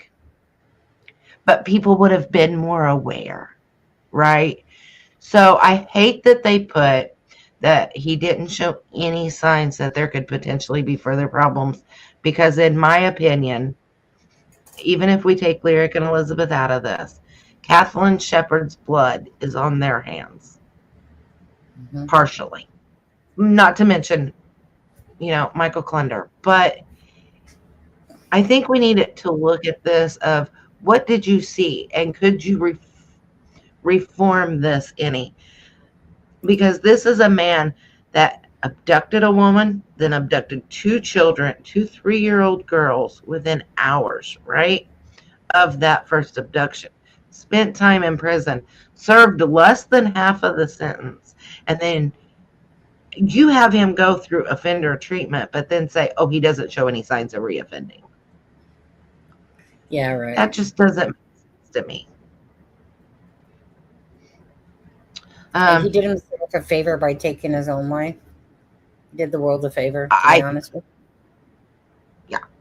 And that's why I said I can't say, unfortunately, he self-deleted, because I think it's very good that he self-deleted, because I think everybody was in harm's way. So Anna said, whoever did Evansdale must have had a long association with Seven Bridges Wildlife Area, raised in the area, stayed in the area, avid outdoorsman. I think it's 30 miles from Evansdale. It is quite a ways. I know that it's approximately a 30-minute drive from Myers Lake to Seven Bridges. It's 21.1 miles from there. So that's about right. So, yeah. And so, I mean, it's a good distance. This isn't, it's not like he took them a couple blocks over or a couple miles down the road. You drove 30 minutes, right? So either the girls were already unalived and you are hauling them, or you are fighting with them to control them for 30 minutes to drive a little over 21 miles. Like, that just is a lot for me to look at as far as the distance goes. And I agree. Whoever did this had to know both areas. Like I said, yeah. Seven Bridges is not an area that you just happen upon. It's kind of a very remote, wooded area. It's not something that you just driving down the road and say, oh, let's go to that park, because it's not a park. Like, in the sense of playground equipment and such. Right. How many other I get- disturbed individuals I agree. may have stayed at the home for troubled children? Exactly. And it is close to Seven Bridges. I don't know exactly how close, but it is close to that. What were you saying, Sunny? No, I was just going to say, and again, you know, and that's what happened again with Delphi, right? It was, they felt like the person knew the area. It ended up being that Richard Allen did know the area. He'd frequented it often on the bridge. So I agree with, like I said, Anna's conclusion there too, is that, you know, probably raised around the area, knew the area, hence why he went to that area. You know, can't teach an old dog new tricks, because they just kind of, it's just habit, right? So I agree that the person definitely, like Delphi, knew the area, and that hence why the girls ended up there. And like, you know, you've said it in the Sebastian Rogers case, a tiger doesn't change its stripes, right?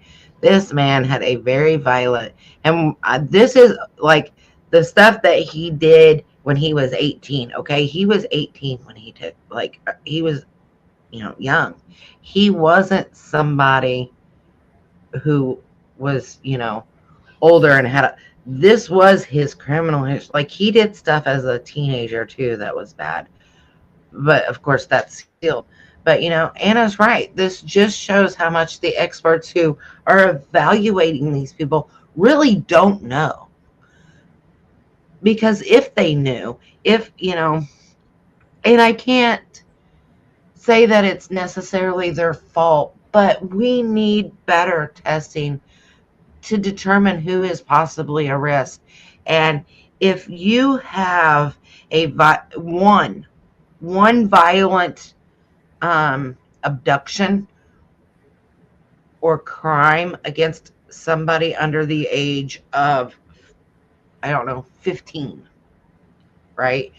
There shouldn't be an automatic, well, we did a test and he didn't seem like he fit the bill to hurt anybody else. He already did. Okay, Yeah. so he is a violent person. He is a violent predator. He predatorized this 21-year-old and these 2 3-year-olds, right?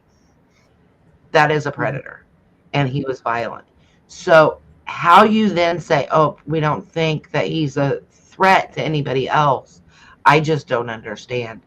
And I wish that there was a reform in the way that it's looked at. Yeah. So Yeah, stuff like that drives me absolutely mad when I see stuff like that. Like, really? You know? yes. And Troy Conklin, who you can see his offender picture there, and Michael Klunder knew each other from prison. And there was another man that served time with them in prison. And according to him, that he spoke to both men on Troy Conklin's phone. And that he had seen him and shook his hand and talked to him that day in Evansdale. So it was asked of him, well, what about his phone? You know, because they're saying his phone didn't show that he was in Evansdale. And he said because he was on parole, he had to have permission, right? Because he was living a little ways away. So he had to have permission to come into Evansdale, and he wouldn't have been given that permission. So, you know, he said he had left his phone. He didn't have his phone with him because it would have shown. And he specifically remembers. I mean, he's very adamant. He even made the point to say, go get my phone records. It'll prove what I'm saying. Like, he is trying to back up what he's saying. And so for me, like, it's just hard for me, even if we remove this, it's hard for me not to think that he could have had something to do with it. Now, that being said, I've not ruled out in my mind that these two didn't have something to do with it together. And I say that, I have reasons for saying that. Go watch the documentary I want to say it's episode 3. It might be episode 2. And you'll understand why I've not ruled out. Drew confronted him in the documentary, and he was very dodgy, very cagey. You could tell that he was lying. And so for me, like reading his body language and the way he was talking and pretended like he didn't know who Drew was and stuff, it just made me look at him in a different way and made me think, maybe the two of them were in cahoots. Right. Whether or not that's true, I don't know. That's just kind of how I looked at it when I watched the documentary, and I seen the phone calls and such. Because it does make sense to possibly have a second person. Right. In this case. But, going back to, we kind of thought there might have been a second person in the Delphi case too. So I'm not saying that there is. I'm just saying, maybe we need to look at that. But again, if you see me too in Evansdale that day, if you talk to these two, if you have video or camera footage of these two, they were at just say they were at an establishment, supposedly, there in Evansdale. Come forward, because, you might be the link that's needed. Exactly. Did you see that interaction, Macy's mom? Do you know what I'm talking about? Like, I don't know really how to explain. I guess maybe I should have screen grabbed it, but it was just, so to set the scene, Drew had called Troy Conklin's wife and had asked to speak with him and asked if he would call him back. And she knew who he was. Like, they were on a first name basis. And she said, well, he's not home. I'll pass the message along. He never called. So Drew went to basically his house and caught him. I don't know if he was going to check his mail or what he was doing. And Drew walked up on him. And this man just acted like he didn't know who Drew was. And Drew told him, well, he said several times, well, who are you? And he said, well, I'm Drew Collins. And so then the guy's like, Drew Collins? No, it wasn't ringing a bell. Yeah. And he said, well, I'm Elizabeth Collins' dad. And he's like, Elizabeth Collins. Isn't that one of the Evansdale girls? And he's like, yeah.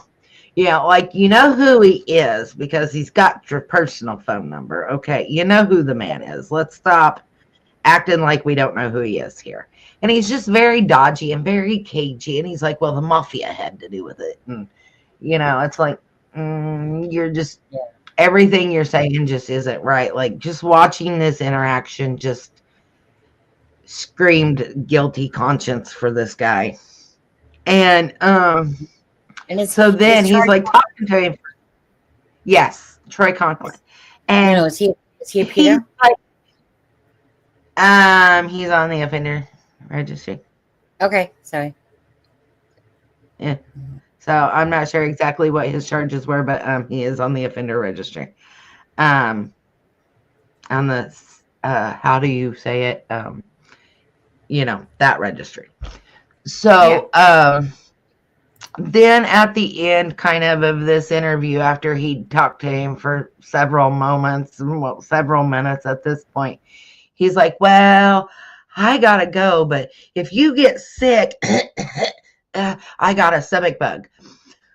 You didn't cough or seem sick the entire time. You seemed very dodgy, like you didn't want to answer questions. It just was a very... I know, one of those ones where it's just interaction. Yeah. I'd like to see that, to be honest with you. So I will try to screen grab it and get it to you. later, Yeah. so that you can see the interaction between them. Because I didn't think to grab it, but it's like, wow, really? So did he have access to a white van or vehicle? I don't know. Right. I hate to say it this way, but you have access to a white van. I have access to a white van. Sonny does. Everybody has access because you can go rent one, right?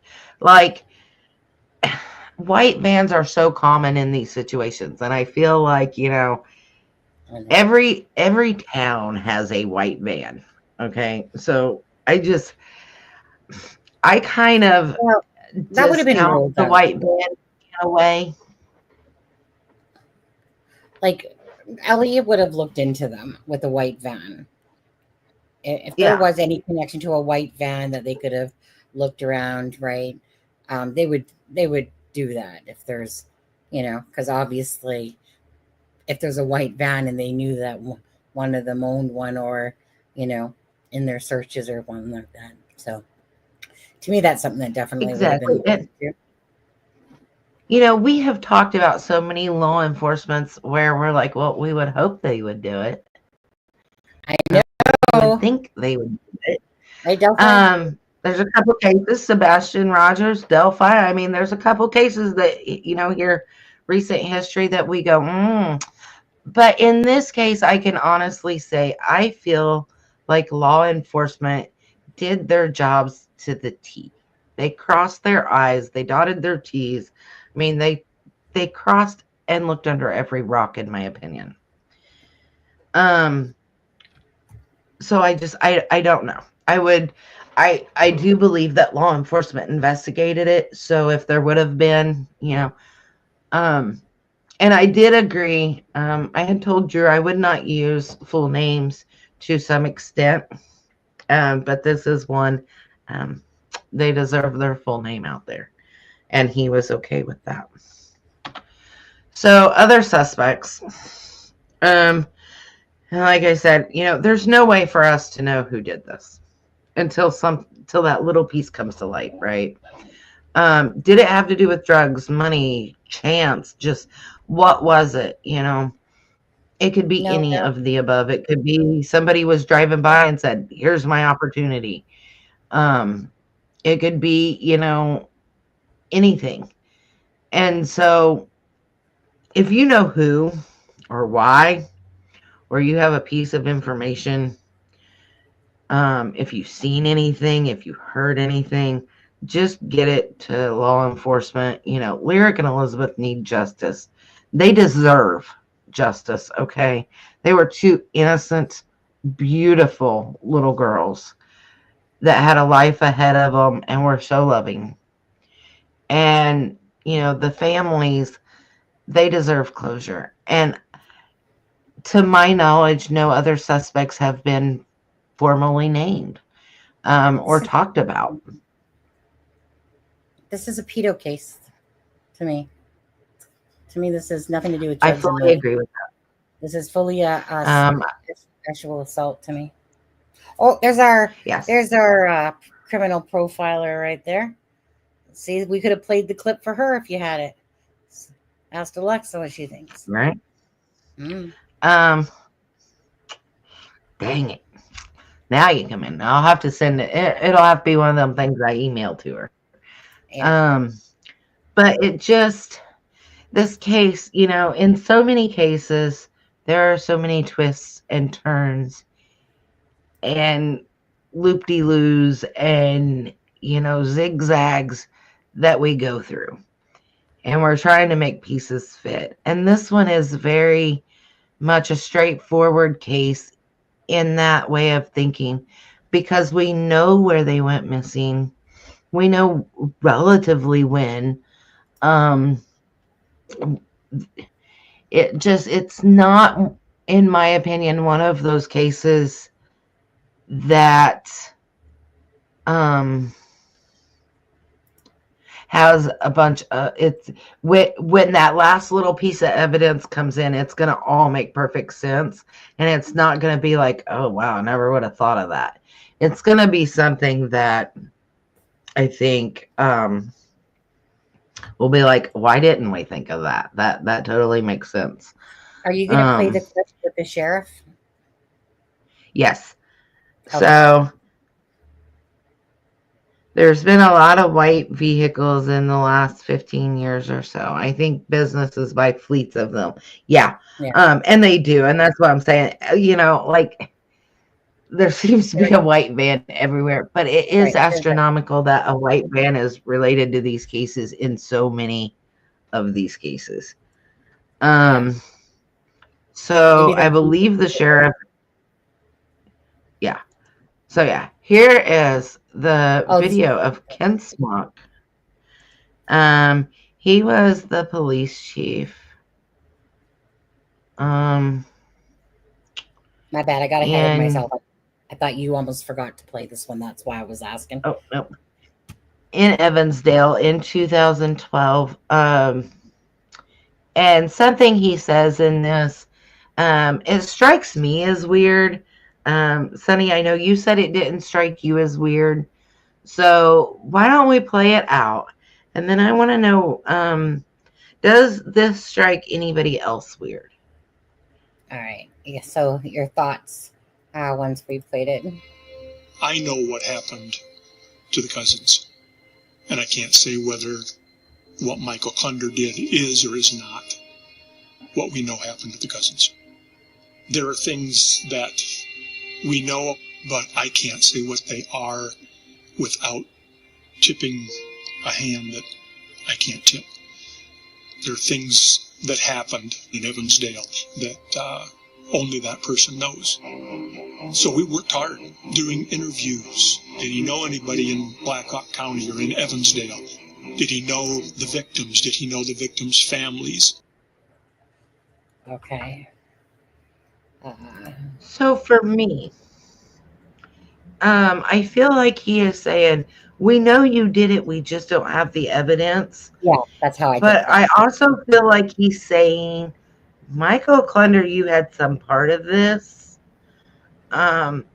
Just because he says, well, we can't say he didn't, right? So I feel like it more aligns with, you know, he had help and we're just waiting for that last shoe to drop. So it just struck me as weird as he's like, well, we know what happened. We just can't say it yet. Because it feels like, you know, they just need that one last piece of nail. It doesn't match with what was said, though. That's the problem. It doesn't match with them saying that basically he's of no interest, but they're not going to fully close the door. To me, that wouldn't be said in conjunction with someone saying, the police chief saying that, you know, we know, like, basically we know who did it type of thing, but we just don't have. So that part I agree with. But for me, I just personally can't attach the two. They wouldn't come out and say one and then the other say, you know, basically like, look, you know, we know you did it, but we just don't have the evidence to prove it yet without tipping our hand. And maybe one day they'll get that, you know, break in the case. That's how I see it myself. And you, like I said, you think of it that possibly Klunder, and I get why. I mean, it's not, but it's because especially that was said that I won't, like, I can't think in my head why they would do the opposite of each other. Yeah. And I understand what you're saying. And to Alexa here, Alexa, shut up. That, you know, it is a very specific MO, and it is his MO, right? Because we know in 1992 he abducted one 21-year-old, then he abducted two 3-year-olds, then he abducted at the same time, right?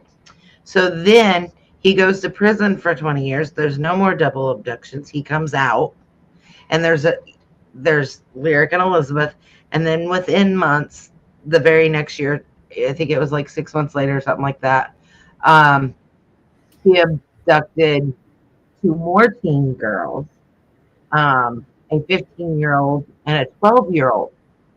So this double female abduction for him, it seems to be a very specific MO for me. Do you agree with that? You know who, because I can't say it because she goes off. Maybe the creep's dream peddled by on a couple of bikes. Perfect sight pattern for his deranged mind, and he attacked. Very possible. I mean, I do not under any circumstances believe that this was planned, because the girls didn't plan to go for a bike ride. They didn't know till that day that they were even going to be together. Like, it wasn't a planned bike ride. It wasn't something that they did often or on a regular basis. They always had adults with them. So it just being a planned attack on these two sweet, beautiful girls just doesn't make sense to me. So whether or not you think it was Michael Klunder or Troy Conklin or somebody else, I just urge you to share this, get this out there, get people talking again. Don't let this fall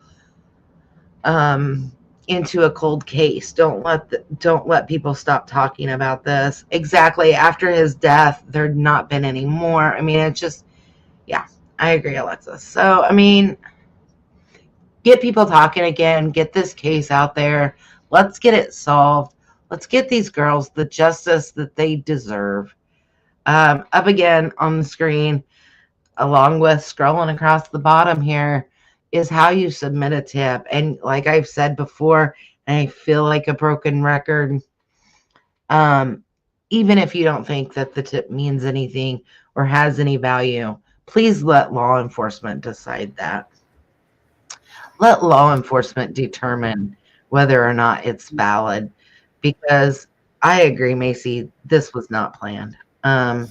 It was planned from the perpetrator's side, though. Not that those girls, like it was to be on those two girls. To me, this would definitely be planned from a perpetrator side, that, you know, that they were like, that this person was out looking to do exactly what happened. And kind of like the Delphi murders or whatever. To me, it wasn't Abby and Libby specific, like we thought, that it was, they were unlucky enough to cross the bridge and be the target. That's how I see this case myself, just based on my own personal opinion of it. So you don't think that? Yeah, I mean, I can understand what you're saying there as far as the predator going, I want to do this. Yeah. Predator. Yeah, not the girl. But as far as it being specific to Lyric and Elizabeth, I don't think. I think it was more of a crime of opportunity for being them. I don't think it was a crime of opportunity for the one that did it, but for the fact that it was these two girls, because you know, their families deserve closure. Their families deserve some sort of peace, and you know, just get those tips rolling in on what it is. So wildlife predators have a sight pattern that causes them to recognize and attack prey, similar with human predators. There's a sick creep who turns on these two girls at once, in my opinion. Yes. Whoever did this is very sick. You know, we don't know. I don't know. And to the whether or not the girls were assaulted in that way. I wouldn't want to know. I know that the family has, some of the family, I don't know about all the family, I know some of the family has chosen not to know how their daughters were taken from them, because they want law enforcement to know that if that comes out, that it came from the killer. So, you know, just, I can't say it enough to just get this case out there, you know, talk about it, send it to people, share it with people, because it does a couple things. You know, it gets people talking about the case, and it gets the case out there, but it also raises awareness for parents to be more vigilant, I guess is the word, I'm not sure, as far as, you know, making sure, you know, your kid's safe. And I by no means am blaming the family. They are innocent. I've said it before, and I'll say it until, you know, I'm blue in the face. they didn't do this, and show them love, show them support. So all the video clips, or most of the video clips, I should say, are part of this HBO documentary, taken together, Who Killed Lyric and Elizabeth. There's 3 episodes. Each episode is about 2 hours. It's a really good documentary on this case. They go into detail. Do I not have that on there? What? On the Oh, banner? it doesn't show the number. So, it's, she's saying 319-232-6682 is the Evansdale Police Department. For some reason, Sunny, not everything is coming through on the phone number and stuff ain't coming through on the ticker. But again, if you have It's on your any red thing that information, you're talking about. yeah. So the area code there is 319. So if you call the Evansdale Police Department, once again, that's 319-232-6682. Yeah, is it not Not on the ticker, it's not. So I want to give credit to the people that I use their information to make all these slides and get information on this case. Of course, the HBO Max documentary I've taken together, Who Killed Lyric and Elizabeth. Thank you to Drew Collins for letting me cover this case, agreeing to let me cover this case, giving me information, pointing me in the right direction of where to go to look for information. The Des Moines Register, which is a newspaper, Atuma Courier. If you're not a member of the Evansdale Murders Unsolved on Facebook, I implore you to go join that group. Keep up to date. That's where you can get the most accurate information as far as what's going on in this case, as far as Facebook is concerned. KCCI with Des Moines Channel 8 and the Daily Mail newspaper.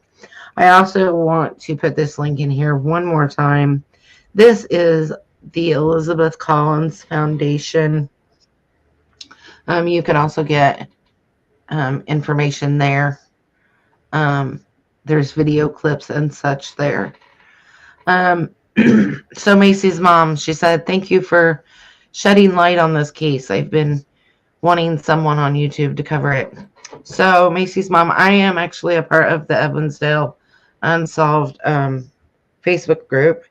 And I had covered, or followed, I guess I should say, the Delphi case, which is how I actually came across the Evansdale case. It was posted in the Delphi case. And I started looking into it, and I felt really bad for them. And it was just eating at me. And so I had went to Delphi, and I did some trial coverage for Sunny. And the Evansdale case was still on my mind. And I had at that point messaged in the group if I could cover it, who I needed to talk to. And I was put in contact with Drew.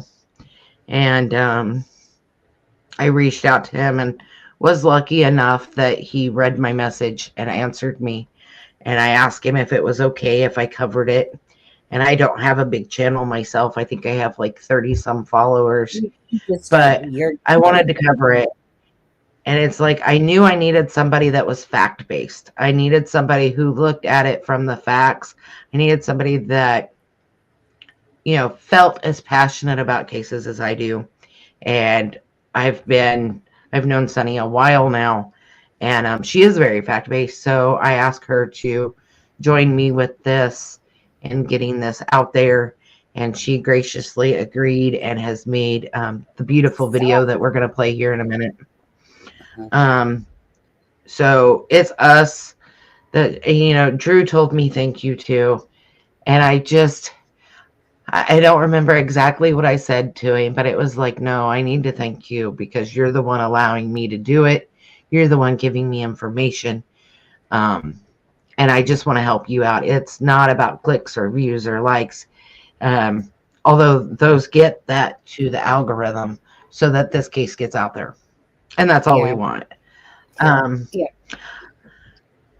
Amanda said, I have wondered if these girls were challenged or encouraged to ride around the lake or race one last lap before they had to go home. Has been said that they didn't usually go that far. Anna, I can confirm that the girls did not normally go to the lake. I can confirm that the girls, it was not usual for them to be doing that. I had talked to Drew, and it's on other interviews and stuff as well. The KCCL interview, I think it was, or the Channel 8 interview. He even said that they did not do this. This was not normal for them. They'd not done it before, to his knowledge. They didn't normally go that far without an adult. They didn't go for bike rides without. Sorry. Oh my God. Oh my God. That Melissa, get back here. Share screen. My bad. I'm so sorry. So sorry. That, oh my goodness. That was me. That was my fault. I apologize, you guys. Melissa. So okay, I'm back. all I thought I was doing was taking down your video, like meaning I was looking at my back room here, and I was like, oh, okay, well, let me just take off that video that she had put up, and then it, poof. Yeah, okay, my bad. Sorry. But we're still live, right? Yeah. Okay. Oh yes, we're still live. So, okay. So, I don't remember what I was saying. Oh, so it was not normal. It was not normal that the girls would go that far, especially without an adult. So, you know, Drew said it. He has said it in several interviews, and he said it to me that they just don't do it. So that was very unusual. So now I got to scroll back up here again because I wanted to answer some questions here. Yeah, can you still see them? You can still see them, right? Yeah. So True Crime Web's been covering this. Good. I'm glad it's getting out there. So I'll let you watch the documentary. Yeah, True Crime Web, CSI investigator, Ruckus, again, retired police officer. So it is good when you have that type of substance working, and people that have the experience to look at things from that angle for sure. So for that part, absolutely a blessing that they're covering the case of Evansdale, which they've been doing for a while, quite a while here. But that part's always a blessing when, people that do have the experience of, CSI or police officers, or like Alexa, criminal profiler and stuff like that, have that experience to try to help understand the case, bring awareness to it. So, yeah. Now, I haven't watched, honestly, any of their footage. Yeah. I had thought about asking, Drew if he would do an interview with me. And I think, for me, I wouldn't want to put him through that.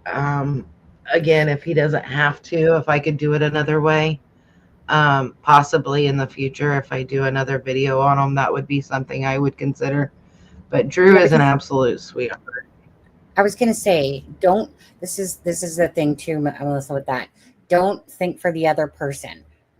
Drew has been a big spokesperson for his girls, so just like he's been on other lives, he might say yes, might say no.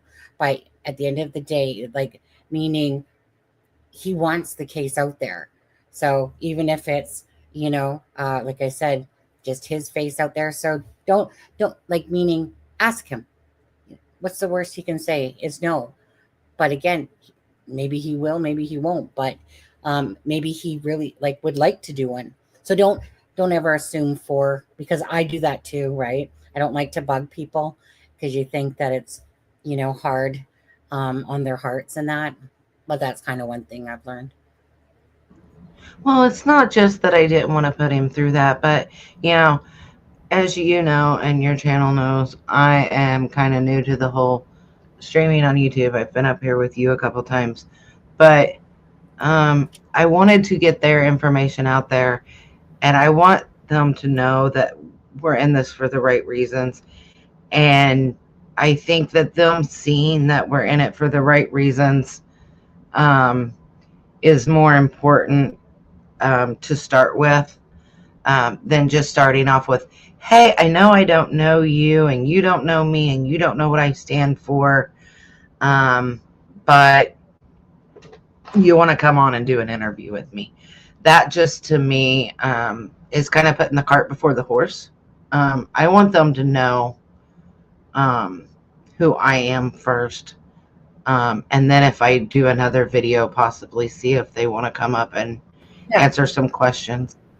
And yes, the lake is a good ways from their home. It's not, like I said, it's not like it was a block drive. I don't have that picture pulled up anymore, but it is, it's a good ways from their house. It's not, right? Share file here. Let me see if I can send this to you, Sunny, here. So let's open this one.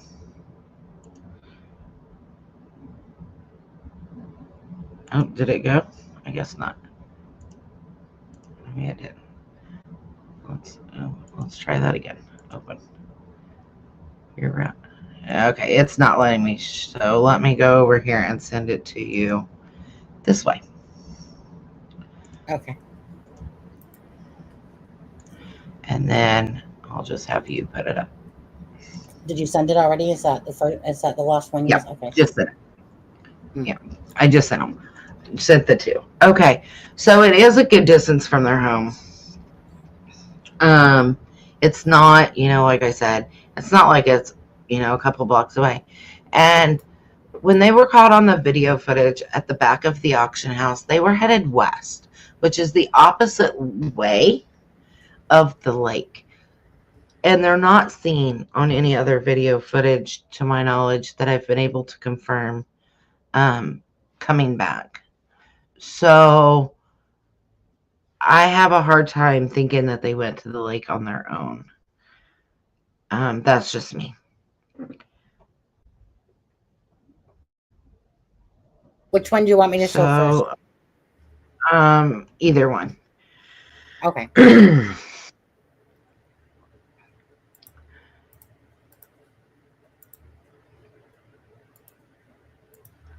I was just trying to catch up on comments here real quick. Okay, so this shows the distance. Down here in the bottom left-hand side as you're looking at it, this is Evansdale, okay? And this would be the route, the routes that you can take. Where the dot is Seven Bridges, okay? So that's a 30-minute drive. It's 21.1 miles up to 24 miles, depending on which way you go. So this was not, this Seven Bridges here is where their bodies were found.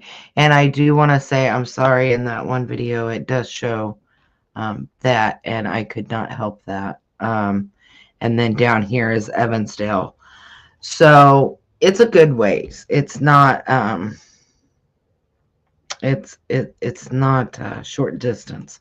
So the second picture here, because I thought of this a little bit ago as I needed to look at these. So from my understanding, this up here where it says Cornbelt Auctions is the back of the auction house. The reason I say that is this is the only auction house I could find in Evansdale, and it is closed, which I know that the auction house that the girls were seen on the footage is closed at this, is permanently closed. So down here in the bottom left-hand side with this little island area, this is Myers Lake.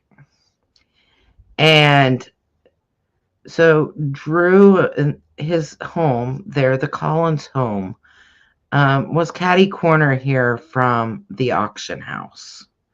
So it was almost straight across, like it was like 2 houses down on the other side of the street here. Yeah, right about somewhere in there. And so this is a good ways to go down to Myers Lake.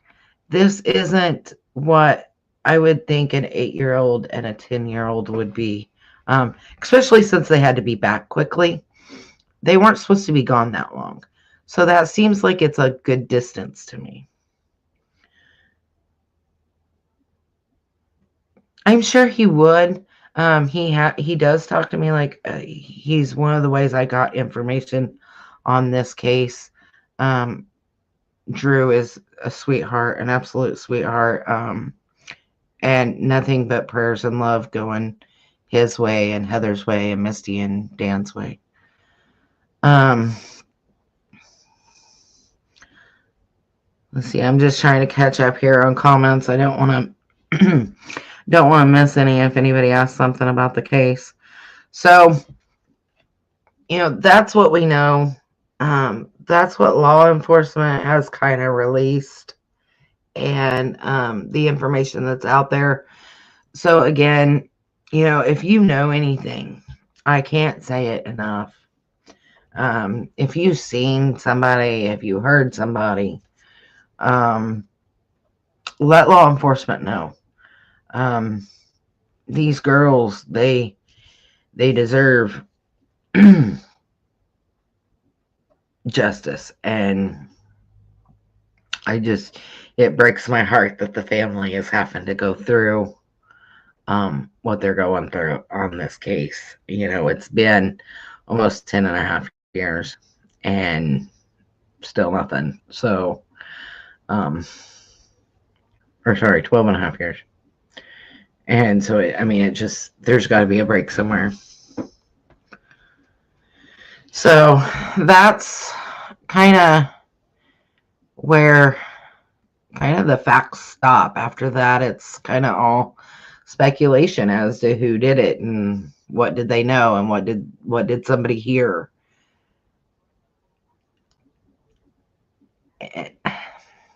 I don't know.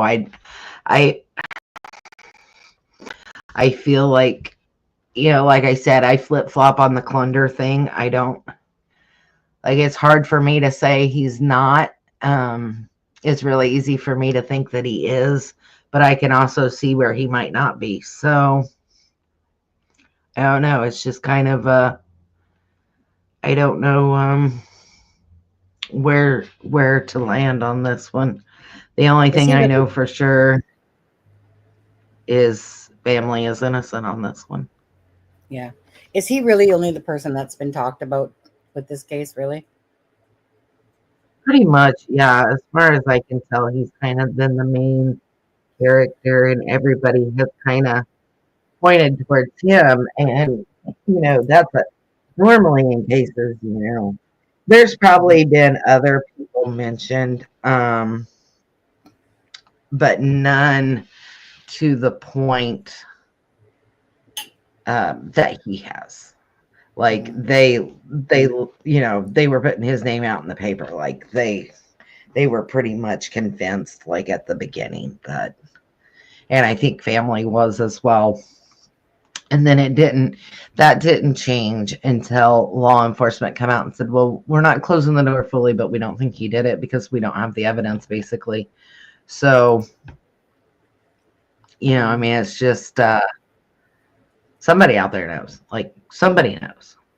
And that somebody, whether you're the spouse or you're the friend or you're the person themselves, just give this family some peace and let them have that peace.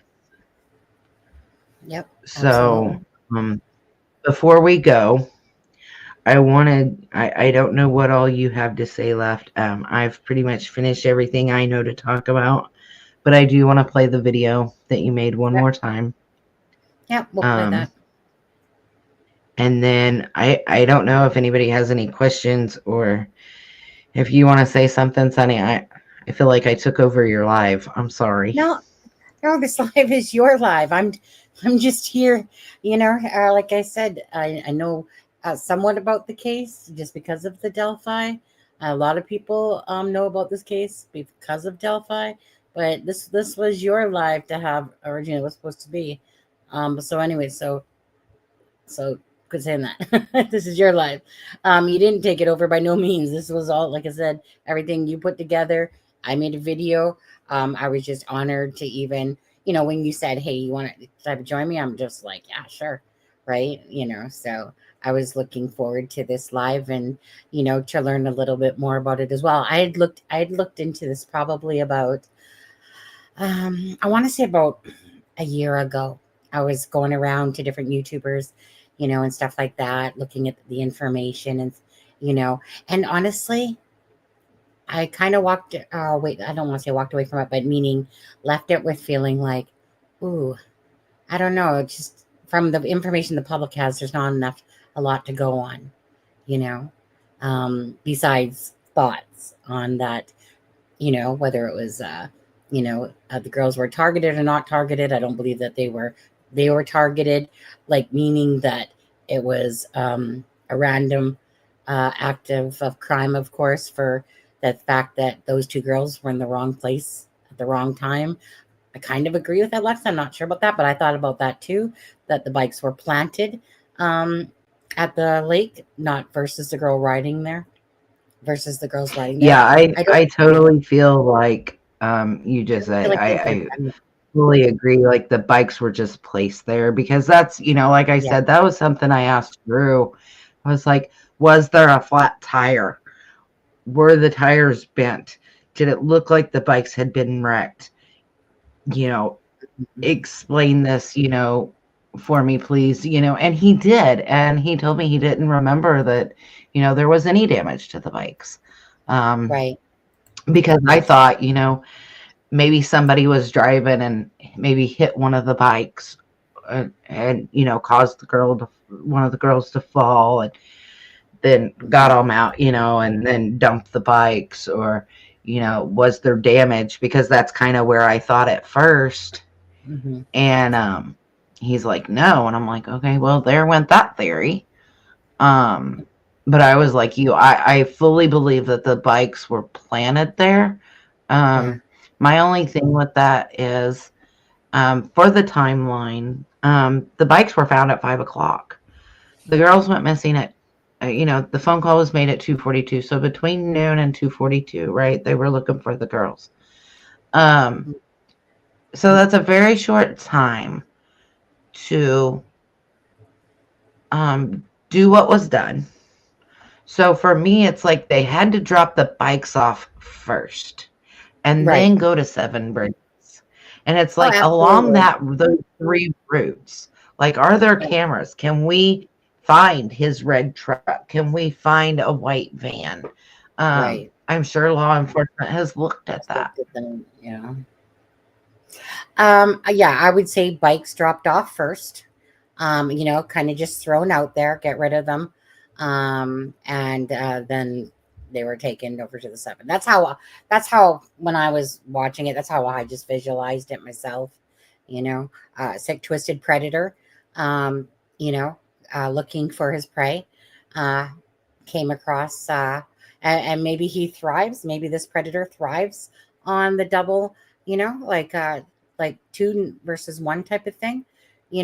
Again, for the fact of Klunder there, they did say that basically he wasn't a person of interest anymore, but they're not going to close it. I totally get it fits his MO profile, and maybe someday it might attach back to him, maybe not. But as far as the public knows, or besides sheriff over there who's not coughing up anything, that the case is resolved. It gives the family not closure, but at least it gives them, a little bit of, answers. They'll never heal from this ever. Time, yes, starts, healing a bit, but the damage will be there forever. And just like anyone, right? You just want justice for the girls, justice for the children. They deserve answers. And so the families deserve answers so that they can just move, regardless, so that they can just put closure to the one side of it. At least, you know what I mean? Who did it? Okay. Does this case make it to, court? Yeah. Yeah, I mean, as And the right. mother of a murdered child myself, it's like, this is a group you don't ever want to be in. And Yeah. it's not that it gets easier. And I used to think time heals all wounds, but it really doesn't. It just makes it easier to deal with. But it's a new normal, and you have a new time frame for things.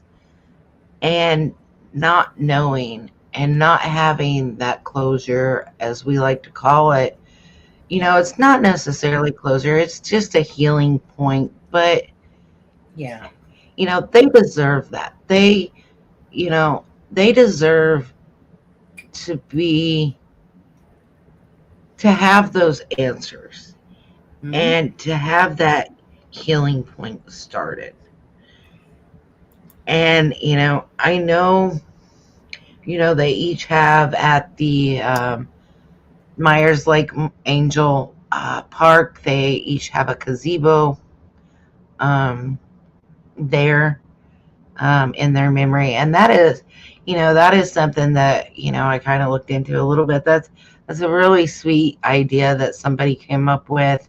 They have gazebos and shelter houses and of children that have, been unalived or died from an accident or, died from a sickness of some sort. And it's just like a little memorial park full of gazebos and flowers and trees. And the lady that come up with that, that was an awesome idea. Yeah, absolutely. And, it's that place that they can just go sit at, like a memorial, obviously, to the children.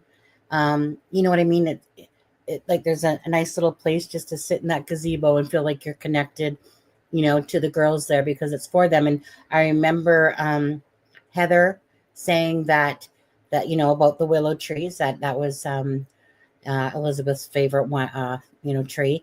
And she said, and the person that planted whatever didn't even know about that, like near her gazebo, whatever, didn't even know that. But, so ironic sometimes things as well. And I totally agree with Alexa. We don't know if the girls were alive right away or if a couple days later.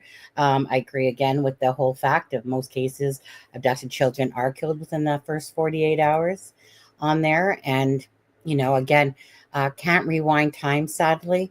Only can try to make a difference and just, again, bring awareness, try to hopefully get answers that maybe at some point, somebody that knows, even the person that's involved, if he's or she, I'm going to say he, is still alive, because there's not going to be no female that's doing this, but that, come forward, hopefully the person that did this, has a conscience, has feelings of guilt. Maybe this person will die on their deathbed if they're not already dead, perhaps. But either or, just hopefully this case gets some sort of, conclusion to it, just for the sake of the families. It's so devastating knowing that a monster takes these children, and you know what I mean? So you have evil versus good. And just to know that children's lives are taken for these sick, twisted monsters, and then to watch the families have to grieve and beg for answers, beg for that person to come forward or somebody to come forward, as they're going through this horrendous gut-wrenching, ordeal that has happened. And this is, again, 2012. It's now 2025. So prayers for Lyric and Elizabeth and justice. And just one day, hopefully those answers are like Ben said. If they do have DNA, perhaps if they do have some in technology, obviously if technology isn't, for what they need now, maybe in the future, if they do, that's what I Yeah, use. I mean, hopefully. And, I know that Elizabeth was buried. I know that Lyric was cremated. So I'm glad that Elizabeth, is intact, so that if DNA comes, and they need to do further testing down the road, that she's there maybe to, it's just losing a child is not something that you ever recover from. It just absolutely destroys your life. And like Space said earlier, it either brings you together or it tears you apart. And unfortunately, in this situation, it has wrecked this family. Like, emotionally, mentally, they just want answers. And, it has destroyed them. Like, they are great people. And you can tell that. And for me to say that they're great people, I didn't know them before. Like, and I don't really can't say as I quote unquote know them now, but from speaking to who I've spoken with, they seem like very nice people. They seem like sweethearts. And so for them to be like that after this tells me what kind of people they were before this, right?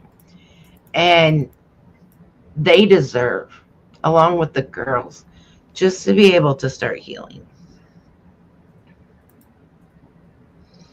Absolutely. All right. And so hopefully my thought was we can get this out there. We can get people talking again, and maybe a bell would ring in somebody's head, and that would be maybe the tip that was needed. Mm-hmm.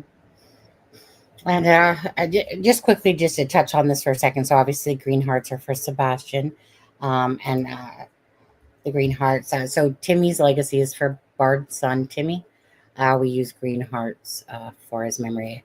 I don't know which case that's referring to myself. Obviously, there's tons of cases out there that people cover, which is a good thing on there. So prayers to you, and thank you, Timmy's legacy, for joining us today. And yeah, I mean, like I said, true crime, the whole community has been growing and growing massively, so you got people that cover these cases or these cases or these cases, because there's just so many out there.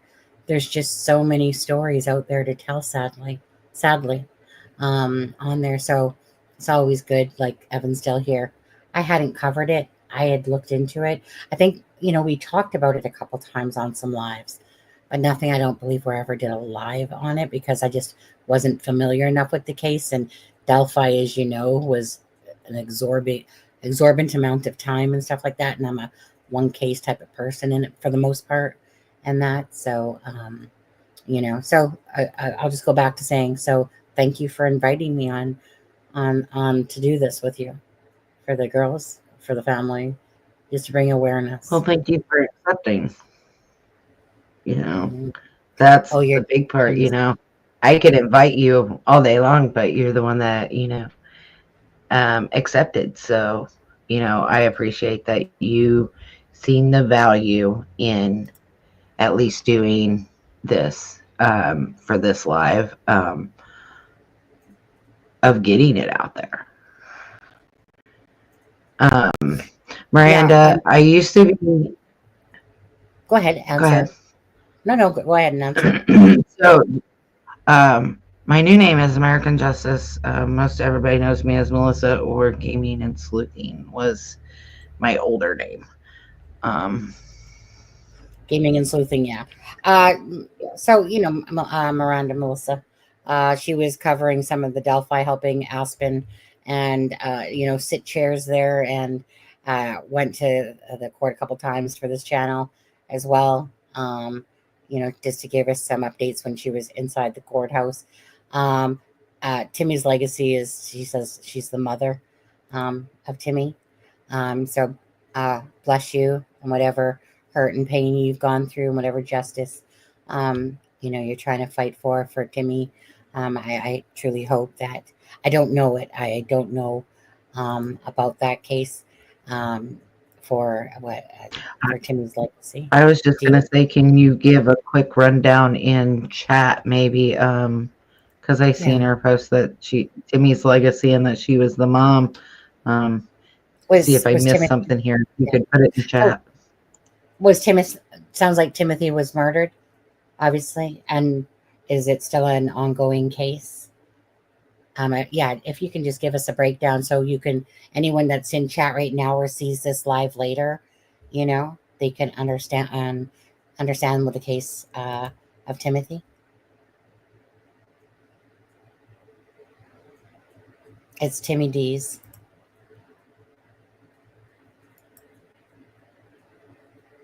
Thank you.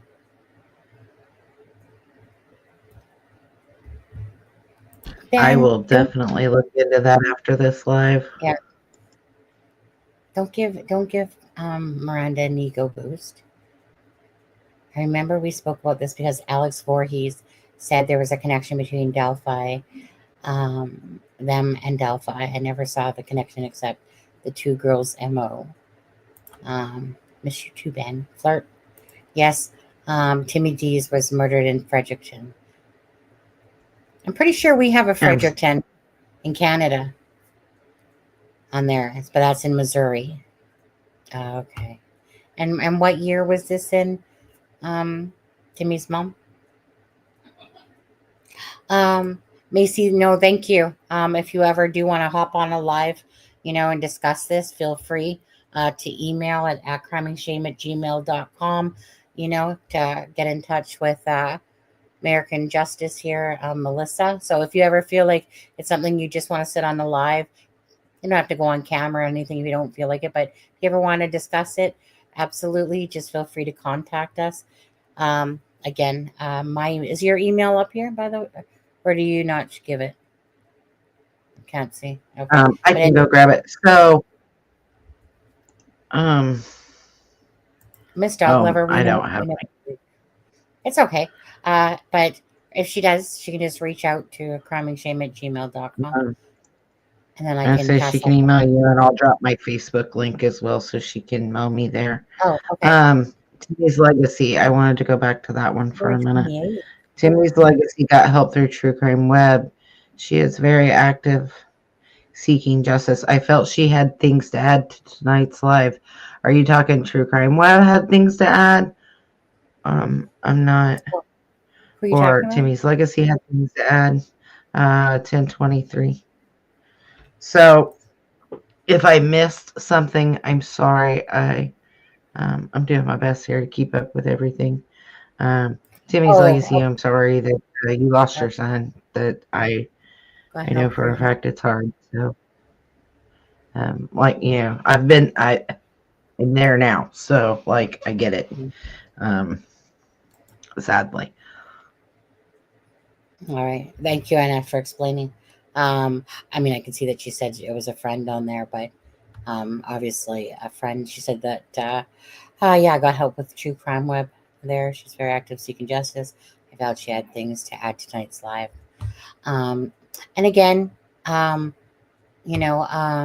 Timothy's mom, if you, want to email as well, if you ever want to do a live, talk about your son there, 3 years. Just trying to, in my head, was that a leap year? February 28th. I lost my son 3 years ago, too. Yeah. So, a lot of people come here for all different types of reasons, for sure. A lot of times because something happened to somebody. I've never personally been in that space like Melissa has myself, where her son was murdered, and, but it's always about, I didn't plan on being in the true crime space, but it was the Delphi case that I happened to watch one day. Next thing you know, it's what, 5 years later, pretty much. Yeah, it'll be 5 years, pretty much in May, or just before May, actually, for me. But so even though I haven't been impacted in the ways that you have, or Melissa has, or a lot of other people, it's about caring and about bringing awareness to cases, in hopes that somebody that's out there knows something, says something. Both my Timmy's boys. legacy. I am so sorry that you lost both of your boys. I lost one, and I tell you what, if I would have lost both, I wouldn't be sitting here right now. I almost lost my sanity when my baby was killed. I couldn't imagine losing both of them in 8 months at that. I mean, you're not even starting to heal at that point. I'm so sorry. Oh, her name is Barb. Is that the name, Barb? Honestly, I just, that I like, it's one of those things. As soon as I seen that, it's not that I'm at a loss for words. I just instantly just feel oh my God, like what mother person has to go through such tragedy in their lives, not only to get hit once, but 2 times at the loss of, like, do you know what I mean? And to be honest, like I said, I haven't had to go through that myself, but you guys are the strong ones to go through such tragedies like that. And then, but it's healing too, I guess, to go into true crime communities where you're trying to help others and, be able to talk about your son and stuff like that, your sons. Anyways, just honestly, big hugs. I was talking to a friend the other night, the one that I was talking to you about, Sonny, and yeah, it's crazy. He told me, he said, I told him, I said, I know it seems crazy.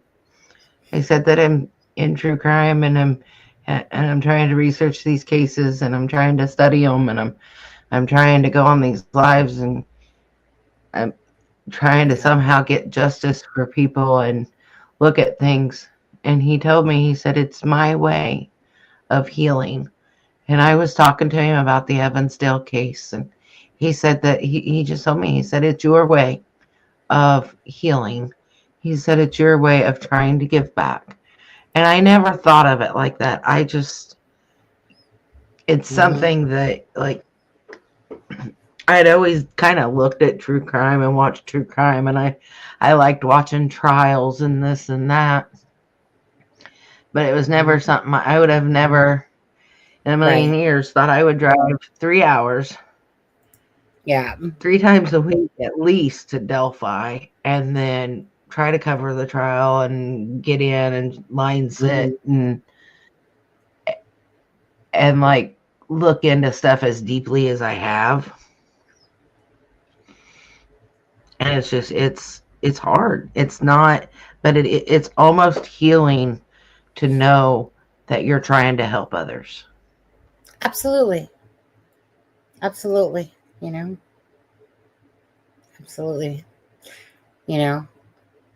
Anything to do with caring, being compassionate, doing things for genuine, honest purposes, going through life with, a good set of morals, and like I said, and giving back, being unselfish.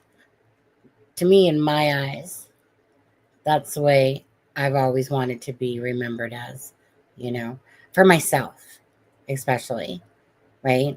I just try to follow that moral compass of what fills my heart, and always, whether it's in true crime, it doesn't have to be in true crime space, but just, just caring about others, and impacting others. Now, over the years, as I've gotten older, it's hard for me to care about people that don't care about themselves or don't make any efforts to choose to do anything, and keep doing that, but for the people that actually do want to make changes or differences and stuff like that, because honestly, I would zap myself out of energy if I had to worry about everybody all the time and stuff like that. it's very hard on the heart being in true crime as it is, you know. But I do like the fulfillment that we can give voices for the voiceless, or to parents that wish to speak or not speak but share their story and stuff like that. You know, there's no better feeling of doing something for others and stuff like that. Or if you've been impacted yourself and you know, go on that route of starting a foundation, you know, helping others. Anyways, that's what mostly fills my heart, is people like that and doing things like that. Yeah, it just I don't know. It's just it's something different. You know, everybody looks at true crime in their own way, but when you've went through it, it almost gives it new meaning, if that makes sense. Like, Yeah. you know, you can follow it and all that, but once you go through it yourself, like, it completely changes not only you as a person, but how you look at it. And, you know, getting, you know, just like getting Elizabeth and Lyric out there and getting people talking about them and other cases, it's a way to help, and you don't feel like you're useless, I guess, is a way to kind of put it. I'm not real good with speaking, so. And I want to address this comment by Matahari. So however many months back, we had Ken Maines on the live. Ken Maines is an amazing person. He nicely agreed to join the live. You know, he's written books. He's been in every aspect of, police officer, detective, CSI, all that stuff. Okay. This was one of the things that he said to me, exactly, pretty much verbatim. Right. And a lot of times he said, Ellie is more interested in closing cases than solving them, and I remember distinctly when he said that to me, or about basically blaming other people that didn't do it, but just to close the case type of thing. And I was shocked when he said that, because you would like to think that people want justice instead of just closing cases to close them, because, right, like, you know how it is behind the closed walls and doors. There's certain things that, maybe it's you have to do, 5 arrests in a month or something like that, or give out 50 tickets or something like that. Do you know what I mean? So all the politic bullshit of when you're on, like, behind the closed doors of this stuff. So I had read his whole book, and I was quite shocked at some of those stories. And like I said, he had joined us on a live. So, and sadly, like, it's one of those things, just to read that and yet know it's true. And a lot of places do it. It's sickening and saddening, and it's disgusting.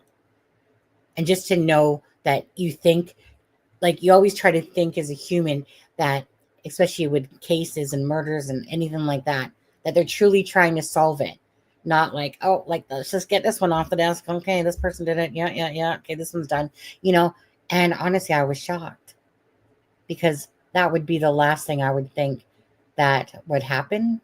But yet I'm got rose-colored glasses sometimes, thinking that Delphi, that they were doing what was should have been done for the case, realizing that there was so much incompetency and just stuff. So it just blows me away. But yet that's so true, Matahari. It happens, sadly. Sadly, it does in some places, but well, I need to get going. So yeah, let's, if you wrap it. could or want to, wrap it. Sorry, I don't have an. You said something which set off your Alexa, didn't you? Yes, I did. Okay, so with that being said, we're going to play out the tribute video that I'd done for the girls. Again, thank you, Melissa. Thank you to Timmy's mom's in the house here, to Macy earlier, to the mods, just everybody. Okay, all that we ask, don't do it for me, Don't do it for us.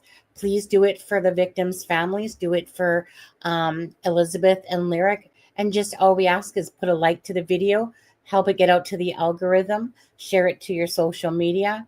Do it because, again, if you have children and the hurt and the pain that they feel, so it's not hard for us to hit a like or hit a share. Okay, it's not a monetized video at all. This live stream did not do that. Just wanted to sit with my friend here, and and was a pleasure that she, had asked me. And so it was an honor just to be able to cover this case, because it was a case that I had looked at, but because of Delphi. So anyways, with that being said, that's my last things. Do you have any last words before I played out the video? I'm just gonna, like I've said several times today, just get this out there, get people talking. If you know something, say something, even if you don't think it's relevant. Let law enforcement determine that. And let's get people talking about Elizabeth and Lyric, because those sweet girls deserve justice, and so do their families. Amen. Okay, so with that being said, and thank you to Drew. I want to give a final thank you to Drew. There, Sonny. Let's give a final thank you to Drew and them for allowing us to do this. Yep. So bless you, Drew. And again, prayers for justice for the girls. And, just try to fight the fight for the justice for them. But anyways, okay. Bless you guys. Thank you so much.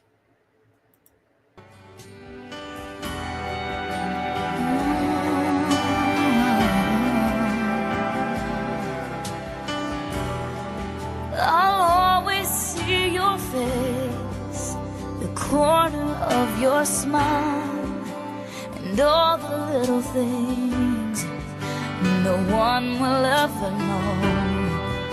Like it was yesterday, won't ever fade away. Goodbye is just a word I will never say. You will never be forgotten. A million days could pass us by, but what is time but just a dream? Oh, I still feel you here with me. You're more than just a memory. Oh, you will never be forgotten.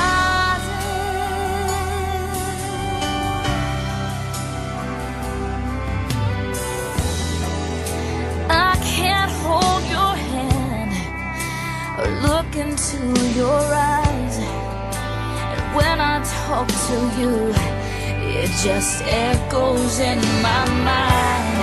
But if hearts are made of dust, and if we fell from the stars, I'd look up tonight and know just where you are. You will never be forgotten. A million days could pass us by, but what is time but just a dream? Well, I still feel you here with me. You're more than just a memory. Oh, you will never be forgotten. And the world just keeps on going. It has no way of knowing that you're